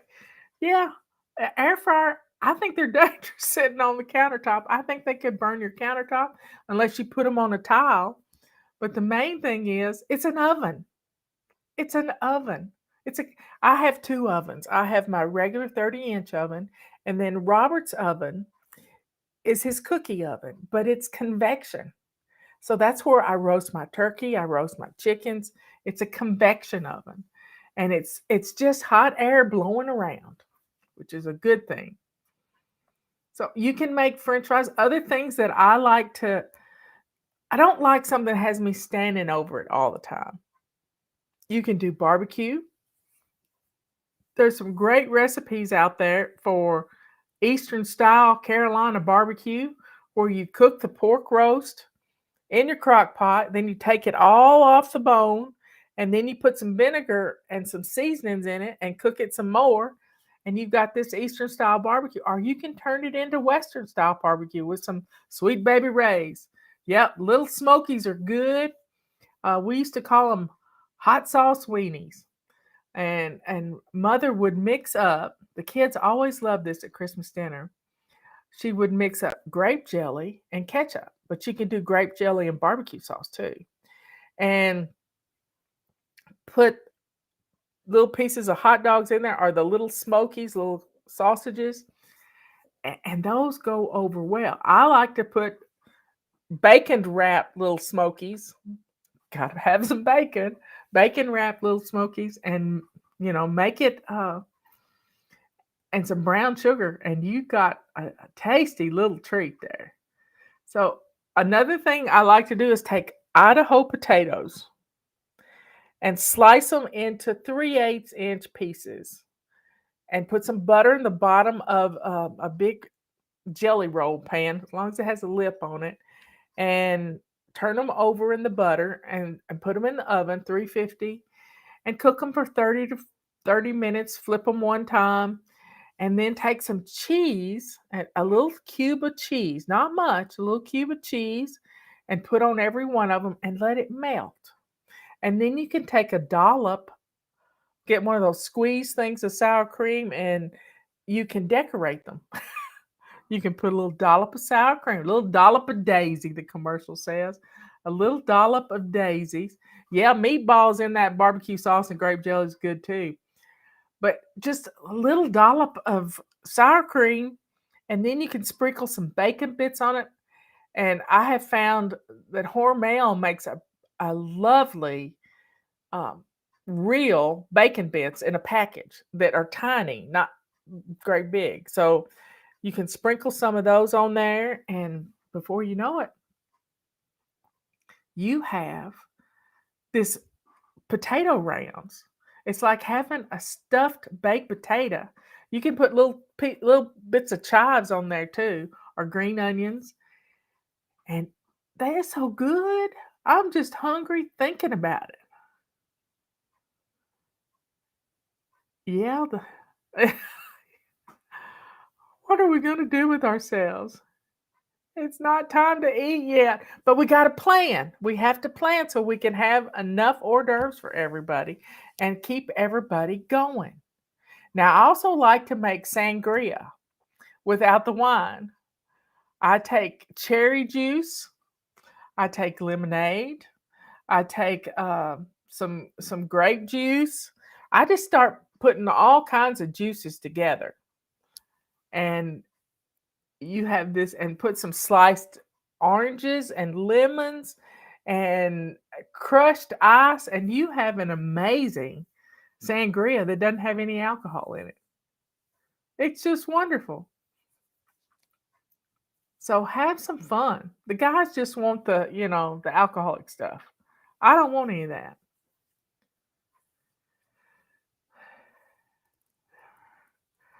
Let's see. I have never heard of any of these recipes. Man, I have some learning to do. Well, we're here for you. It's called 40, 50, almost 50 years of cooking.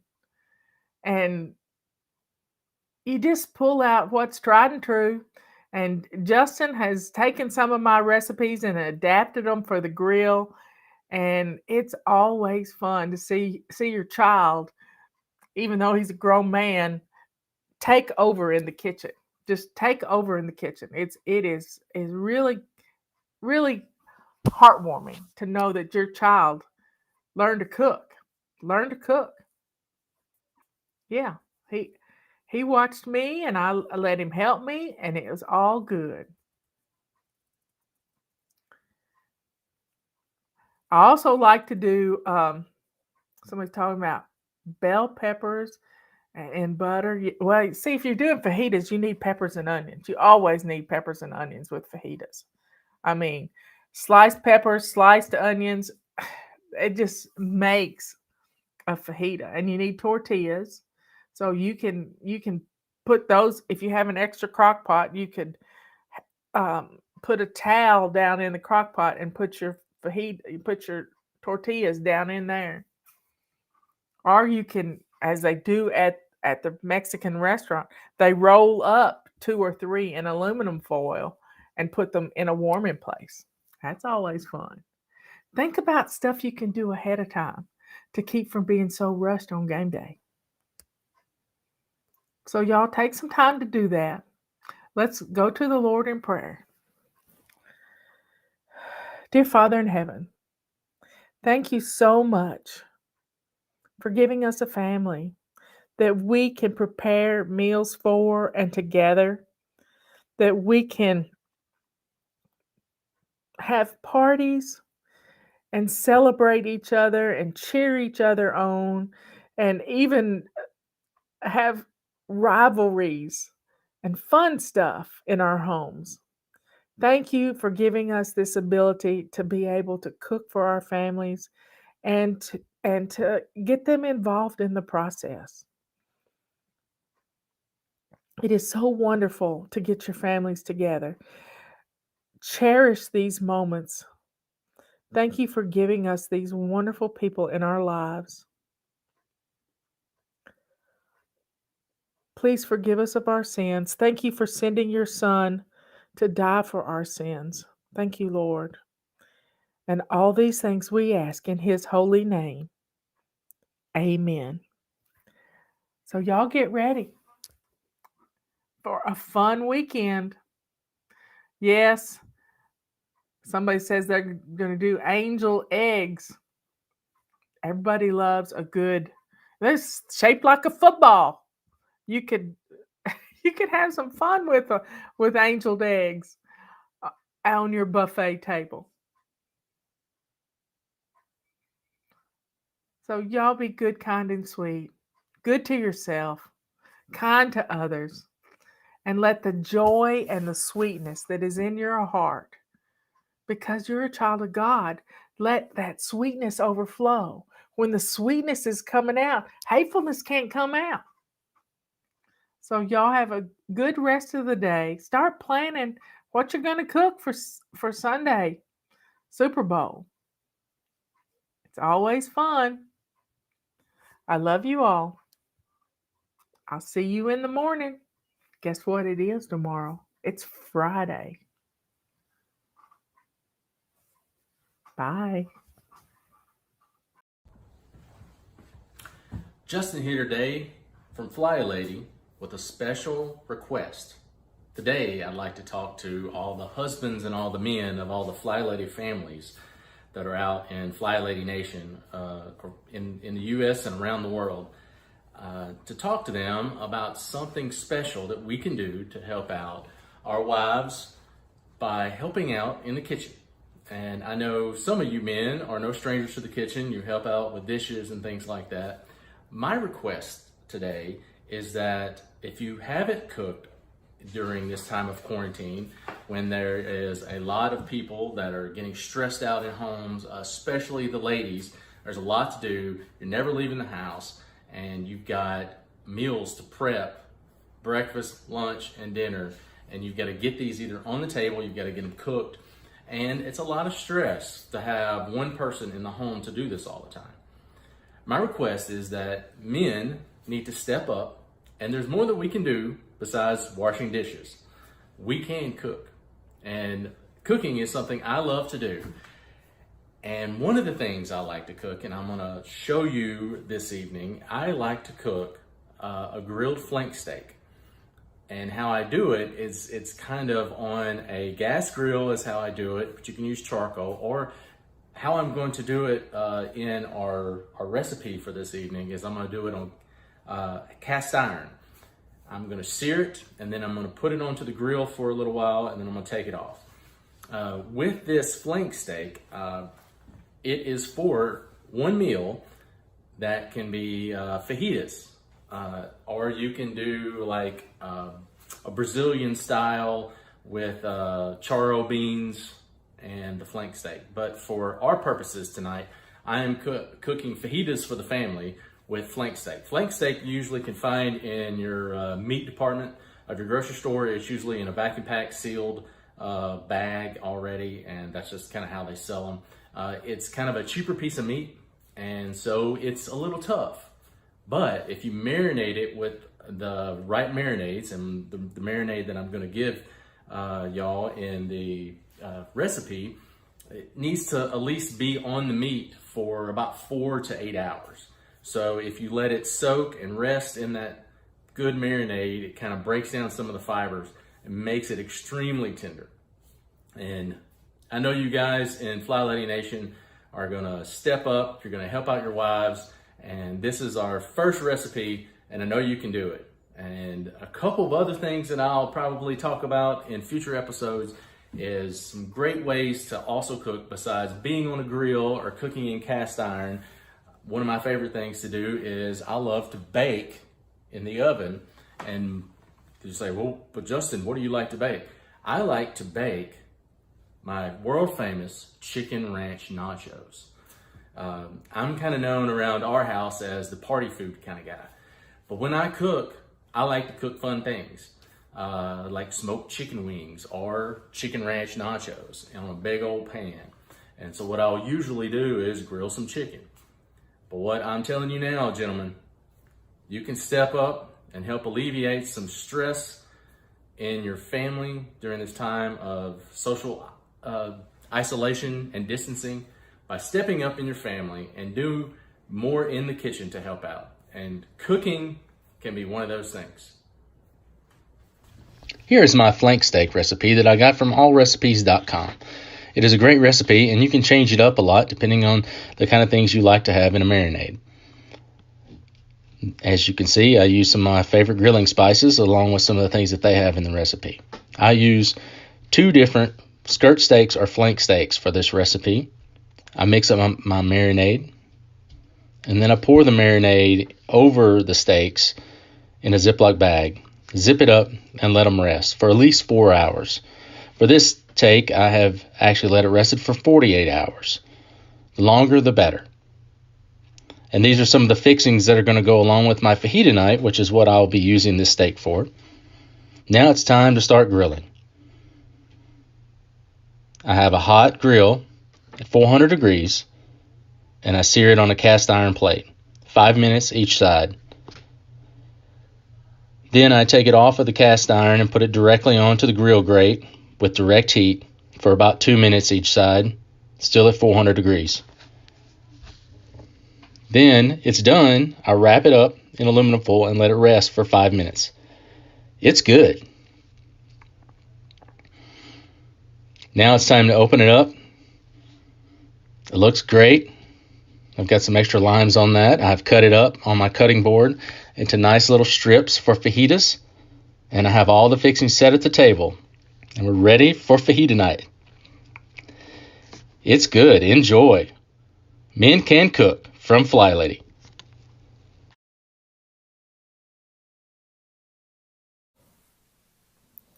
Hey everybody, we're going to make some rolls today and some different things. We're going to make cinnamon rolls, and we're going to make some pizza monkey bread and some pecan monkey bread. So we're going to have some fun. It's a rainy day here. This recipe is quite easy. I will go through it a little bit at a time. Stop it and write it down if you want to, or take a picture of it with your phone.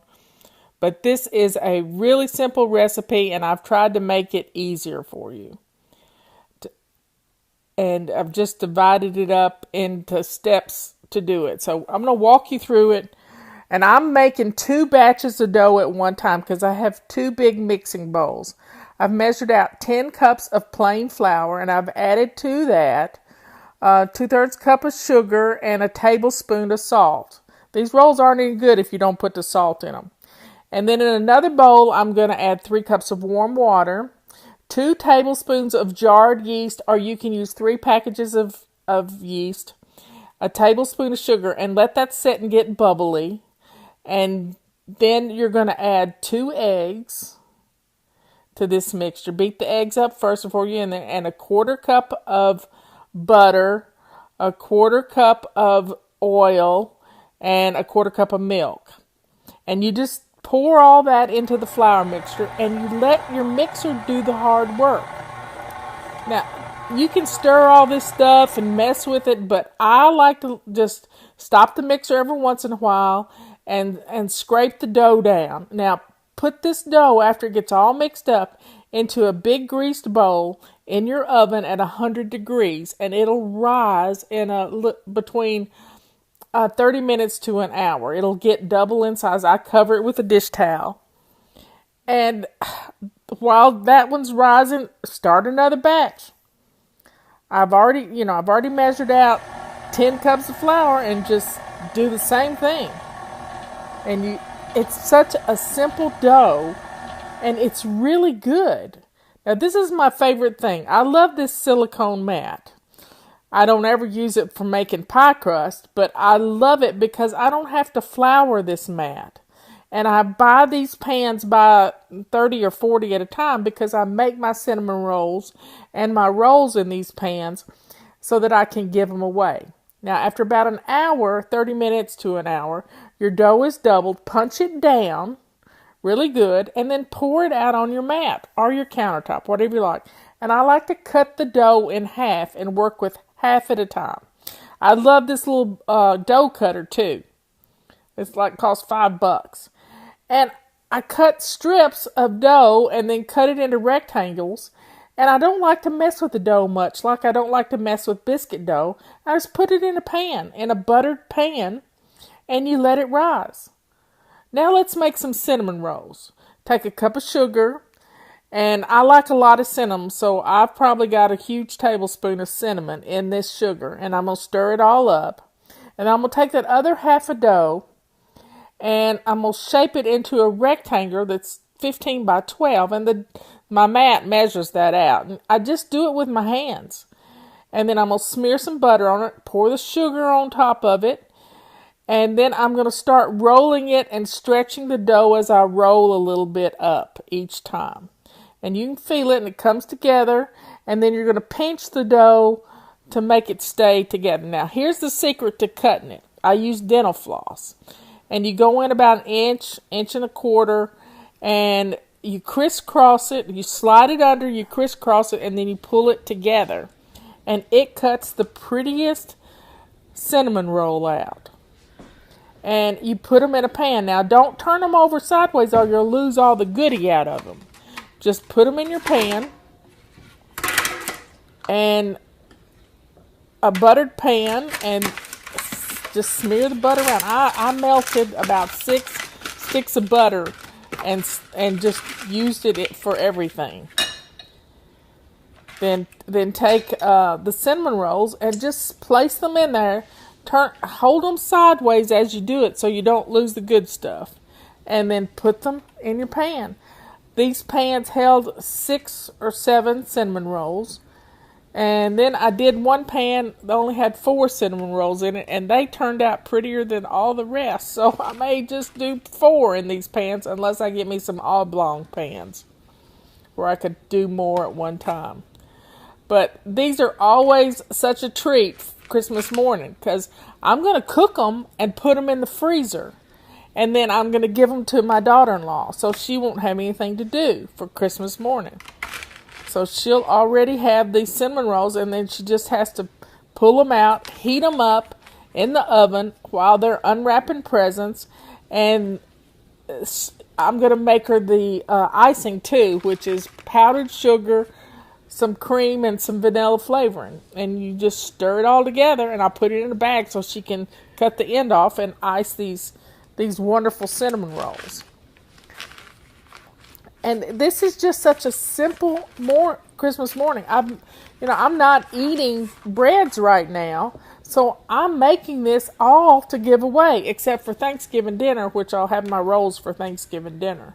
But I don't eat them all the time, so it's always fun to have these rolls in your freezer. And I'm going to pre-cook them. I'm going to pre-cook them and put lids on them and put them in the freezer.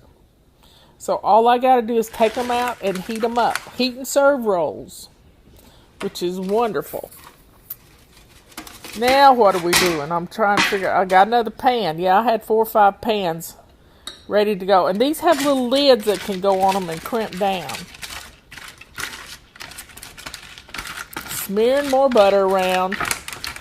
Goodness gracious, I've used a lot of butter today. And just keep cutting them until you get them all cut up. It made probably around 15 to 20 cinnamon rolls, which is wonderful. Now, you can add some nuts to them if you want to, but we don't like nuts in our cinnamon rolls. I'm going to make something with some nuts in a second. Now, I've learned a secret about nuts. I like to toast the nuts before I make anything with them. That keeps them from being gooey if they're toasted nuts. And they just work so much better in pecan pies and all kinds of things when they're toasted.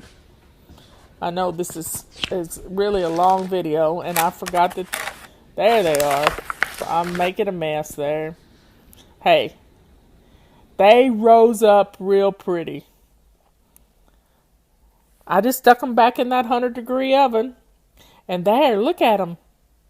You just have to ice them, but I'm not going to ice them yet. They're gonna be frozen.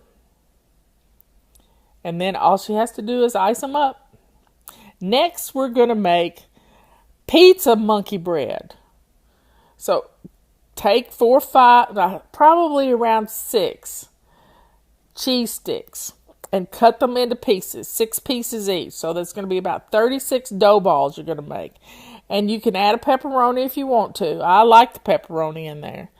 And then here's my leftover butter. I've added some garlic to it and some parsley flakes. And I'm going to roll a bunch of dough around the pepperoni and the cheese. And put it in my bundt pan and let it rise. And boy, it's cooking right now. It smells so good. Next thing we're going to make is some sticky buns with pecans. And these sticky buns are just monkey bread that's been coated with dark brown sugar, cinnamon, and roasted pecans. And you mix all that stuff together, and then you take your dough out. This is my second batch of dough. And I started cutting it into little pieces. I put the small pieces in the butter, and I put the larger pieces in another pan to let those rise for rolls. And I just kept filling that pan up with little pieces of dough, and then dumped it all in the sugar and put it all in and shook it around and put it in the bundt pan. And then I buttered the tops of the rolls, and look how pretty they turned out. The less you handle the rolls, the better they look, I think. I don't like to roll them into balls or anything. So, y'all, try this recipe. It's fun and it's easy. Yum! Justin here today from Fly Lady with a special request. Today, I'd like to talk to all the husbands and all the men of all the Fly Lady families that are out in Fly Lady Nation, in the U.S. and around the world, to talk to them about something special that we can do to help out our wives by helping out in the kitchen. And I know some of you men are no strangers to the kitchen. You help out with dishes and things like that. My request today is that if you haven't cooked during this time of quarantine, when there is a lot of people that are getting stressed out in homes, especially the ladies, there's a lot to do. You're never leaving the house, and you've got meals to prep breakfast, lunch, and dinner. And you've got to get these either on the table, you've got to get them cooked. And it's a lot of stress to have one person in the home to do this all the time. My request is that men need to step up, and there's more that we can do besides washing dishes. We can cook, and cooking is something I love to do. And one of the things I like to cook, and I'm gonna show you this evening, I like to cook a grilled flank steak. And how I do it is it's kind of on a gas grill is how I do it, but you can use charcoal. Or how I'm going to do it in our recipe for this evening is I'm going to do it on cast iron. I'm going to sear it, and then I'm going to put it onto the grill for a little while, and then I'm going to take it off. With this flank steak, it is for one meal that can be fajitas. Or you can do like a Brazilian style with charro beans and the flank steak. But for our purposes tonight, I am cooking fajitas for the family with flank steak. Flank steak you usually can find in your meat department of your grocery store. It's usually in a vacuum pack sealed bag already, and that's just kind of how they sell them. It's kind of a cheaper piece of meat, and so it's a little tough. But if you marinate it with the right marinades, and the marinade that I'm going to give y'all in the recipe, it needs to at least be on the meat for about 4 to 8 hours. So if you let it soak and rest in that good marinade, it kind of breaks down some of the fibers and makes it extremely tender. And I know you guys in Fly Lady Nation are going to step up. You're going to help out your wives. And this is our first recipe, and I know you can do it. And a couple of other things that I'll probably talk about in future episodes is some great ways to also cook besides being on a grill or cooking in cast iron. One of my favorite things to do is I love to bake in the oven. And you say, well, but Justin, what do you like to bake? I like to bake my world famous chicken ranch nachos. I'm kind of known around our house as the party food kind of guy. But when I cook, I like to cook fun things, like smoked chicken wings or chicken ranch nachos on a big old pan. And so what I'll usually do is grill some chicken. But what I'm telling you now, gentlemen, you can step up and help alleviate some stress in your family during this time of social isolation and distancing by stepping up in your family and do more in the kitchen to help out. And cooking can be one of those things. Here is my flank steak recipe that I got from allrecipes.com. It is a great recipe, and you can change it up a lot depending on the kind of things you like to have in a marinade. As you can see, I use some of my favorite grilling spices along with some of the things that they have in the recipe. I use 2 different skirt steaks or flank steaks for this recipe. I mix up my marinade, and then I pour the marinade over the steaks in a Ziploc bag, zip it up, and let them rest for at least 4 hours. For this take, I have actually let it rested for 48 hours. The longer, the better. And these are some of the fixings that are going to go along with my fajita night, which is what I'll be using this steak for. Now it's time to start grilling. I have a hot grill at 400 degrees, and I sear it on a cast iron plate, 5 minutes each side. Then I take it off of the cast iron and put it directly onto the grill grate with direct heat for about 2 minutes each side, still at 400 degrees. Then it's done. I wrap it up in aluminum foil and let it rest for 5 minutes.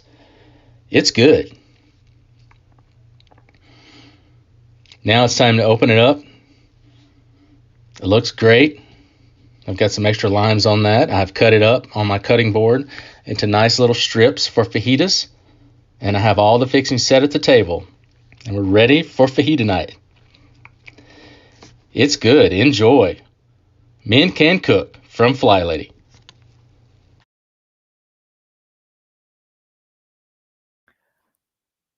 Come on in, everybody. Let's see. Where's my hairbrush? You get in front of the camera and you see things that need tweaking.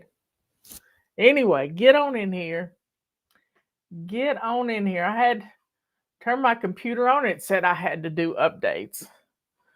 Don't like it when that happens. Don't like it when that happens.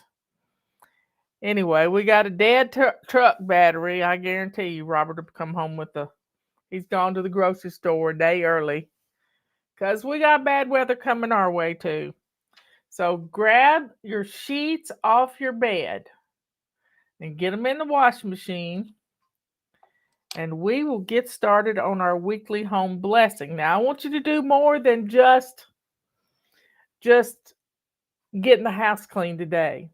I want you to grab some anointing oil if you've got some. If not, just grab a little olive oil and say a prayer over it, and then anoint your house with oil.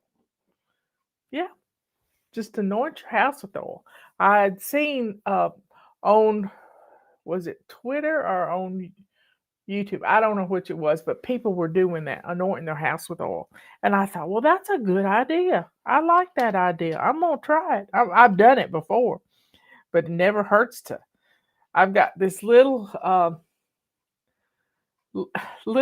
nail polish bottle, which never had nail polish in it, but this is anointing oil. And I anointed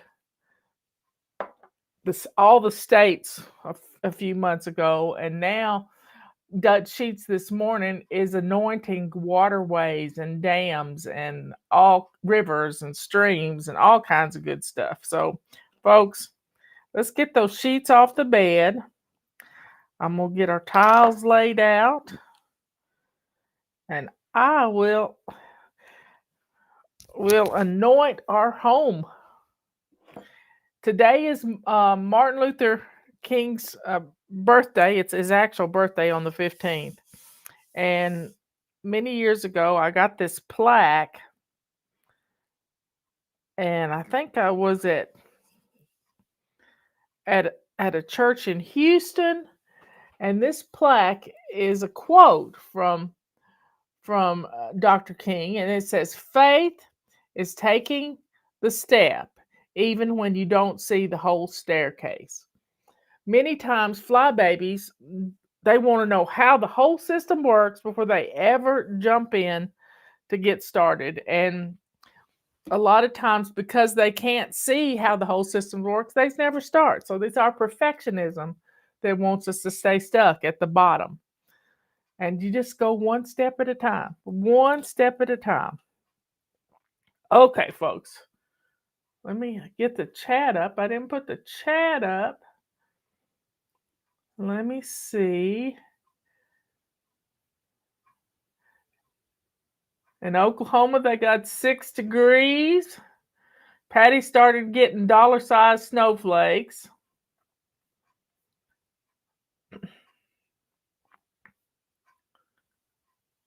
So y'all get on. A lot of people are off today, so this is a good thing. It's a holiday, but it's still a holiday when you can get some stuff done. It's not like Christmas and New Year's and stuff, where it's hard. I'm trying to find somebody to get the sheets off the bed. Gotta love Trisha. She is on the job this morning. Okay, folks, let me get the music tuned up. Get my antique iPod working. We still have 43 degrees here today. It is not cold, but we have fires built and we're ready to go. So let's see what I'm gonna roll the dice. Get that out of the way. I got too many cords here. Michelle used to say, "You're gonna get strangled with all those cords." It's just one cord.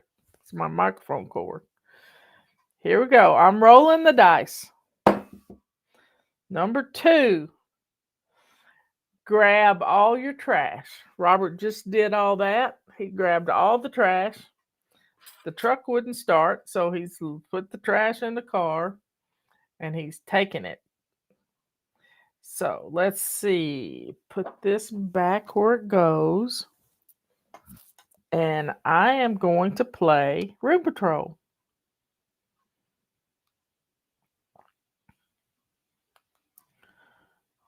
No, I don't want the I'm Flying song.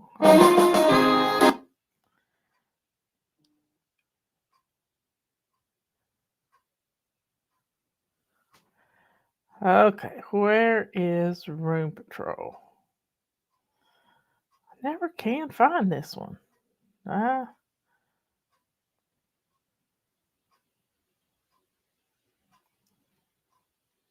There it is.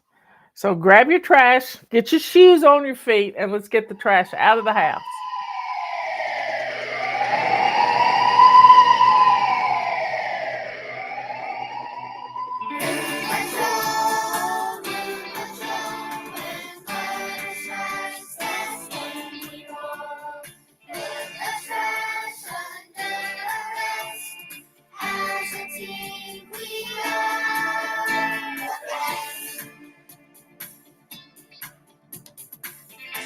I am a member of the Special Elite Operations Unit Room Patrol. When room needs rescue, you can count on me. Room Patrol, this is dispatch. We have evidence of a hotspot in Sector 2. All members of Room Patrol respond. Move in. And eliminate the clutter. Let's go.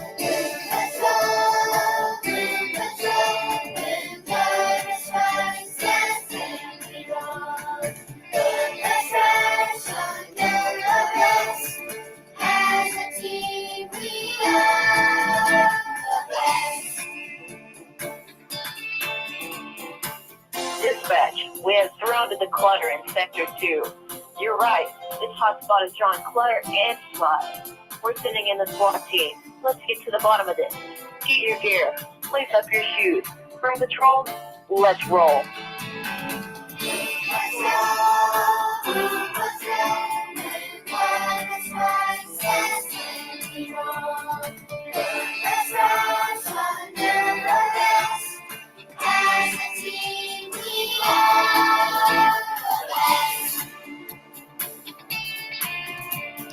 Dispatch, we have newspapers hiding behind the magazine rack. They're taking over. I repeat, they're taking over. Please advise. Room Patrol, you have authorization to remove all expired newspapers and magazines from the premises immediately. Roger, all clear.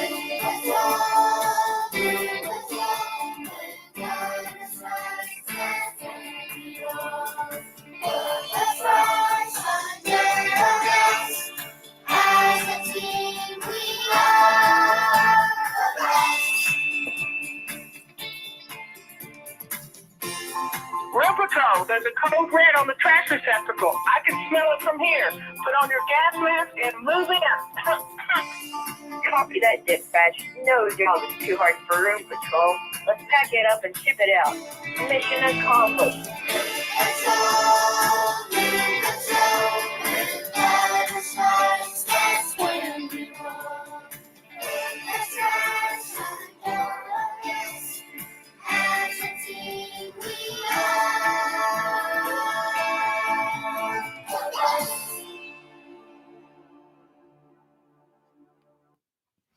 Okay, everybody. Let's roll the dice again. Here we go. Number 3. And number 3 is grab your purple rag, a wet one and a dry one, and let's wipe down our windows, our doorknobs, our light switches. Let's just get to wiping. Get those puppy nose prints off the windows, any glass surface. Let's get it going. And let me see what song we're going to play. Somebody get it in the chat.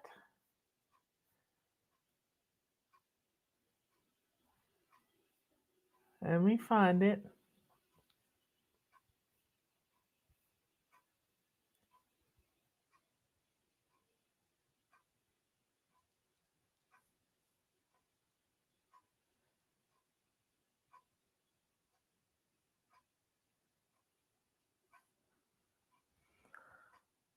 Okay. Fly Lady Rag. Sister was on it. Anyway. What song are we going to play?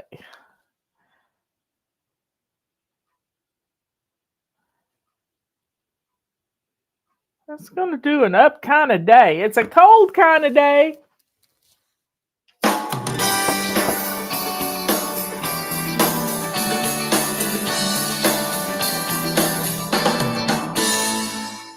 Sometimes I think the sun is rising too soon. Can I just pull the covers over my head? But then I think of all I've got to do. I don't understand First it either, thing is but to they get my are. body out of this bed. So I get up, here I go. They have ridges in them. I'm smiling, I'm grooving, Them? gotta get this body moving. And it grabs the dirt. Kind of thoughts gonna give this new day all I've got, and in no time at all, things are going my way. Gonna have an up kind of That's day. okay, Trisha. You're on it. Up and up kind of day. Up and up kind of day. I know sometimes there will be things that get me down. My day won't always go the way that I planned. But I'm a tough kid, I can deal with it. I'll make the best of it, I know that I can. So I get up, here I go.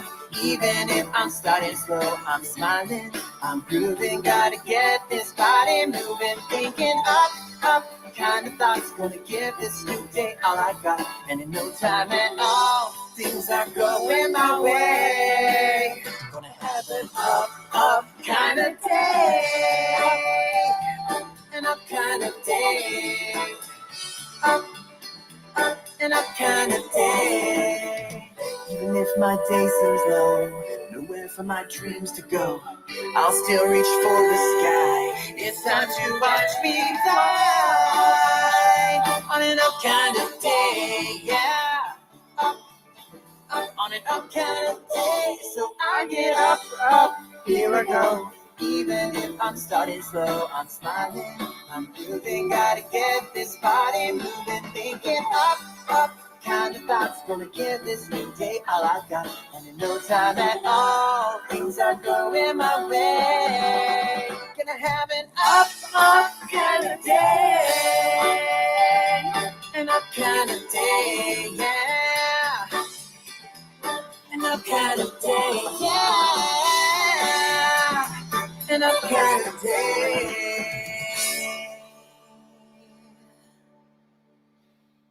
Okay, we're rolling the dice. We need a 1, a 4, 5, or a 6. Here we go. We got a 1. And that means grab your vacuum cleaner or your carpet sweeper, and we're going to get just the middles. Just the middles.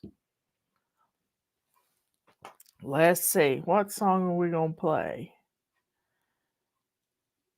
Let's do routines, because that's what we're practicing.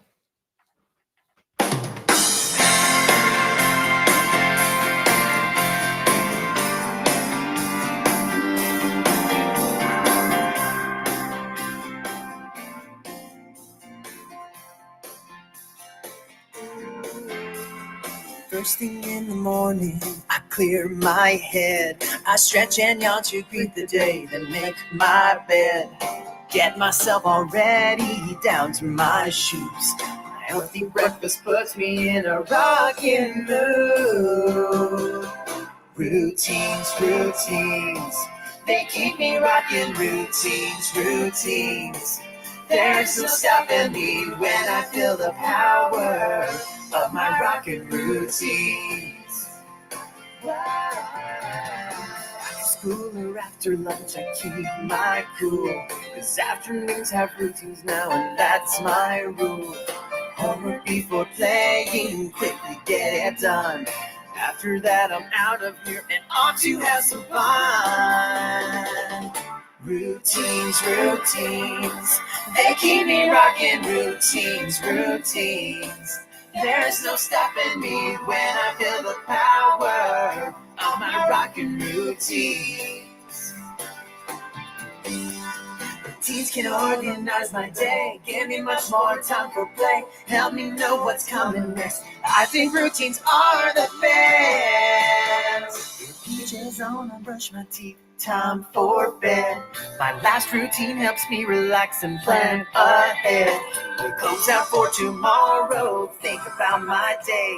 So proud that my routines have kept me rocking on my way. Routines, routines, they keep me rocking. Routines, routines, there's no stopping me when I feel the power. When I feel the power of my rocking routines. My rocking routines. My rocking routines. Of my rocking routines. My rocking routines.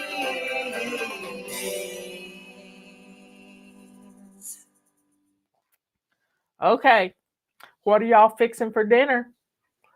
Robert and I are going to have chicken pot pie.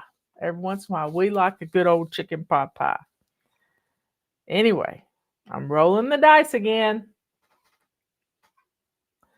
Here we go. Number 2. I already did number 2. Number 6. Number 6. Grab your feather duster. And we're going to dust. Let me find our dusting song. So Long Dust Samba. There we go.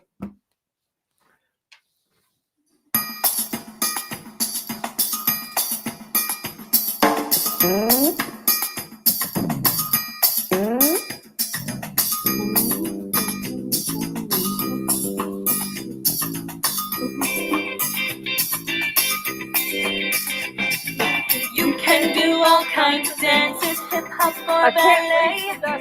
I will tell you of dance that you can learn today. Hey, you don't need some fancy clothes, you need some fancy moves. All you need's a feather duster to get in the samba groove. So long the samba, mama, can I dust a little longer? My world has turned gray, I need to brush this dust away. So long the samba, mama, can I dust a little longer? My world has turned gray, I need to brush this dust away. So long the samba, mama, can I dust a little longer? My world has turned gray, I need to brush this dust away. So long the samba, mama, can I dust a little longer? My world has turned gray, I need to brush this dust away. Dusting high, see me flying, dusting low. Watch me go, moving to the sound of rhythm. I'm a solo dusting show. Then I take the feather duster, shake it good outside. Come back and I feel like dancing. It's samba party time. So long the samba, mama, can I just a little longer? My world has turned gray, I need to brush this dust away. So long the samba, mama, can I just a little longer? My world has turned gray, I need to brush this dust away. So long the samba, mama, can I just a little longer? My world has turned gray, I need to brush this dust away.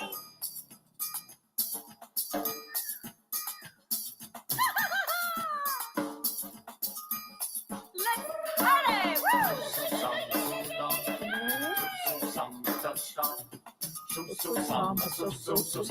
It's summertime!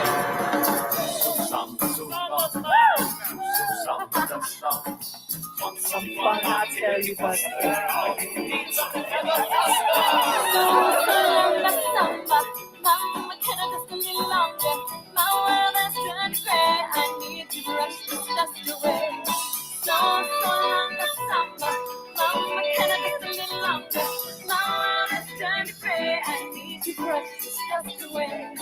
So long the samba, mama, can I just a little longer? My world has turned gray, I need to brush this dust away. So long the samba, mama, can I just a little longer?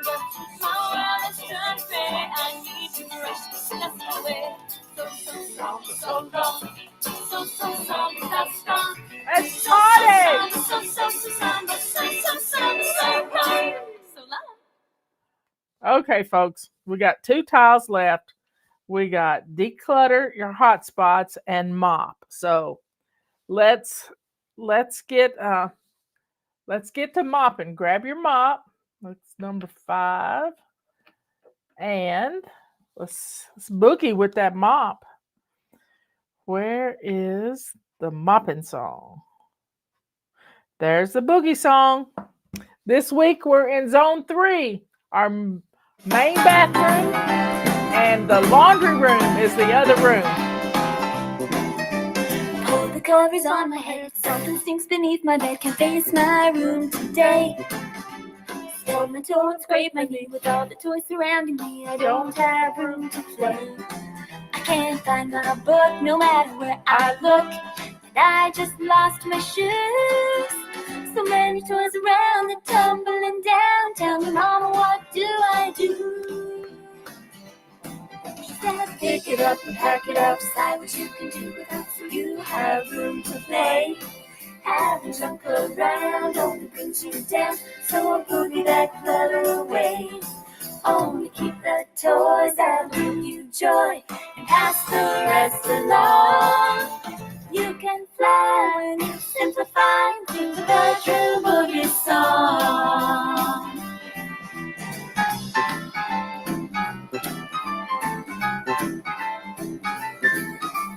Broken book, banana peel, a truck with only half a wheel. I'll throw these away.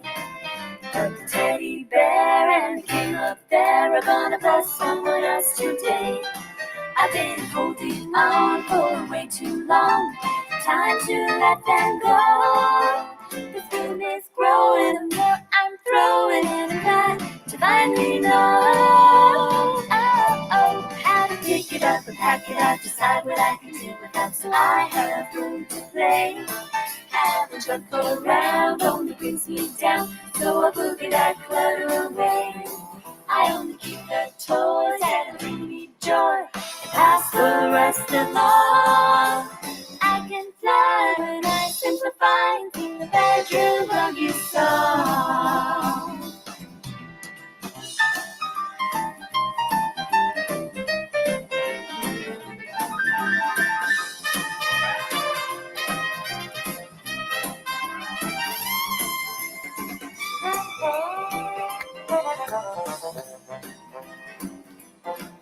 Mom sent me in here, thought it would take a year for me to get it all done. But now her eyes are popping and her jaw is dropping and I'm off to have some fun. Yeah. When I pick it up and pack it up, decide what I can do without, so I have room to play. Having junk around only brings me down, so I boogie that clutter away. I only keep the toys that'll bring me joy and pass the rest along. I can fly when I simplify and sing the bedroom boogie, the bedroom boogie, the bedroom boogie song.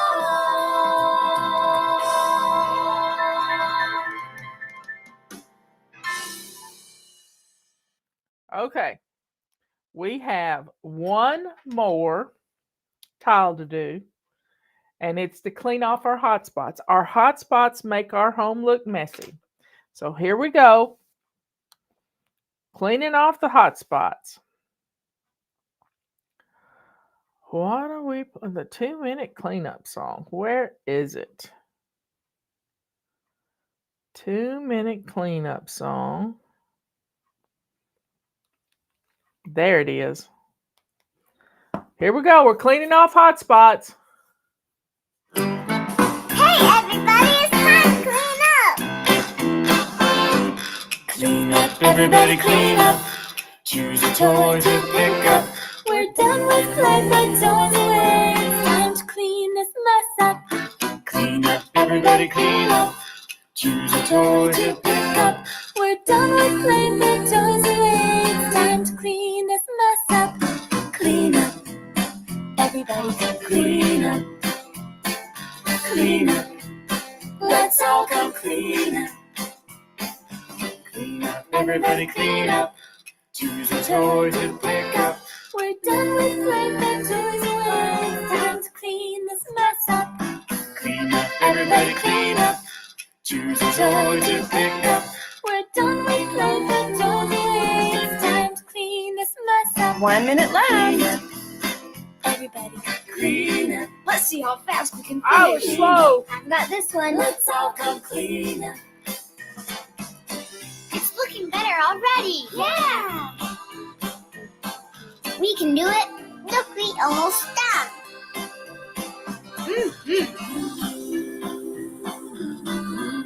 This is fun. Yeah.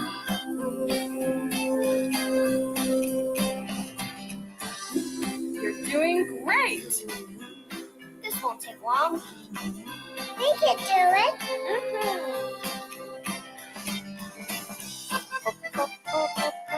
Way to go. Good job. I'm so proud of you. Clean up, let's all clean up.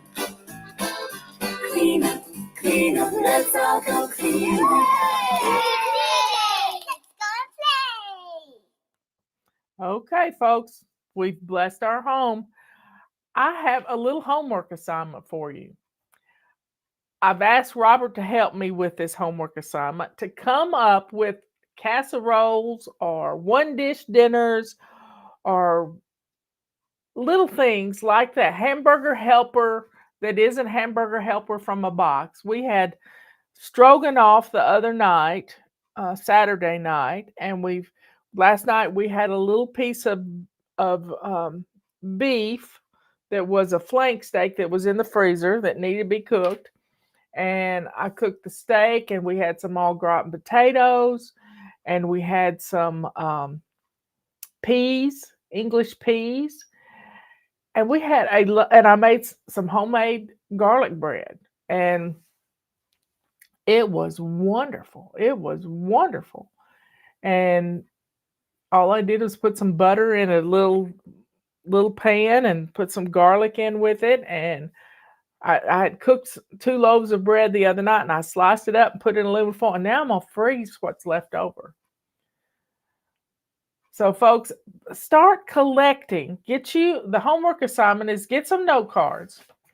Get you some note cards and put together the recipes for some one pot meals like chili or hamburger stroganoff. That's on our website. It's a can of golden mushroom soup, a tub of sour cream, or cream cheese, whatever you have, and noodles. You boil some noodles and hamburger and an onion. You know, I can't cook without an onion.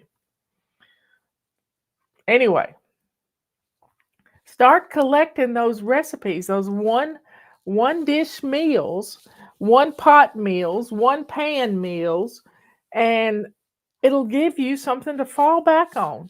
That I told Robert to start thinking about it. Somebody's at the door. Anyway, y'all, let's go to the Lord in prayer. Dear Father in heaven, thank you so much for all that you do for us. Thank you for the cold weather because it'll kill some insects. Thank you, Lord, for the snow, which replenishes the moisture in the ground. Lord, we know you have us in the palm of your hands, and we're going to be thankful for everything. Thank you, Lord. Keep us safe from harm, Lord. Protect people from the cold. Help them to be strong, and because there's some hardy people out there, and to have extra coats and things when they have to be out. Lord, we love you with all that we have. All these things we ask in your Son's holy name. Amen and amen. Now, at 3 o'clock this afternoon, I want to hear about some of these recipes y'all have come up with. One skillet primavera helps clean out the veggie tray. Oh, I can't wait to hear about all of them. So, y'all, I'm going to come up with 5. And you can come up with 5. You can do it. I love you all. See you later.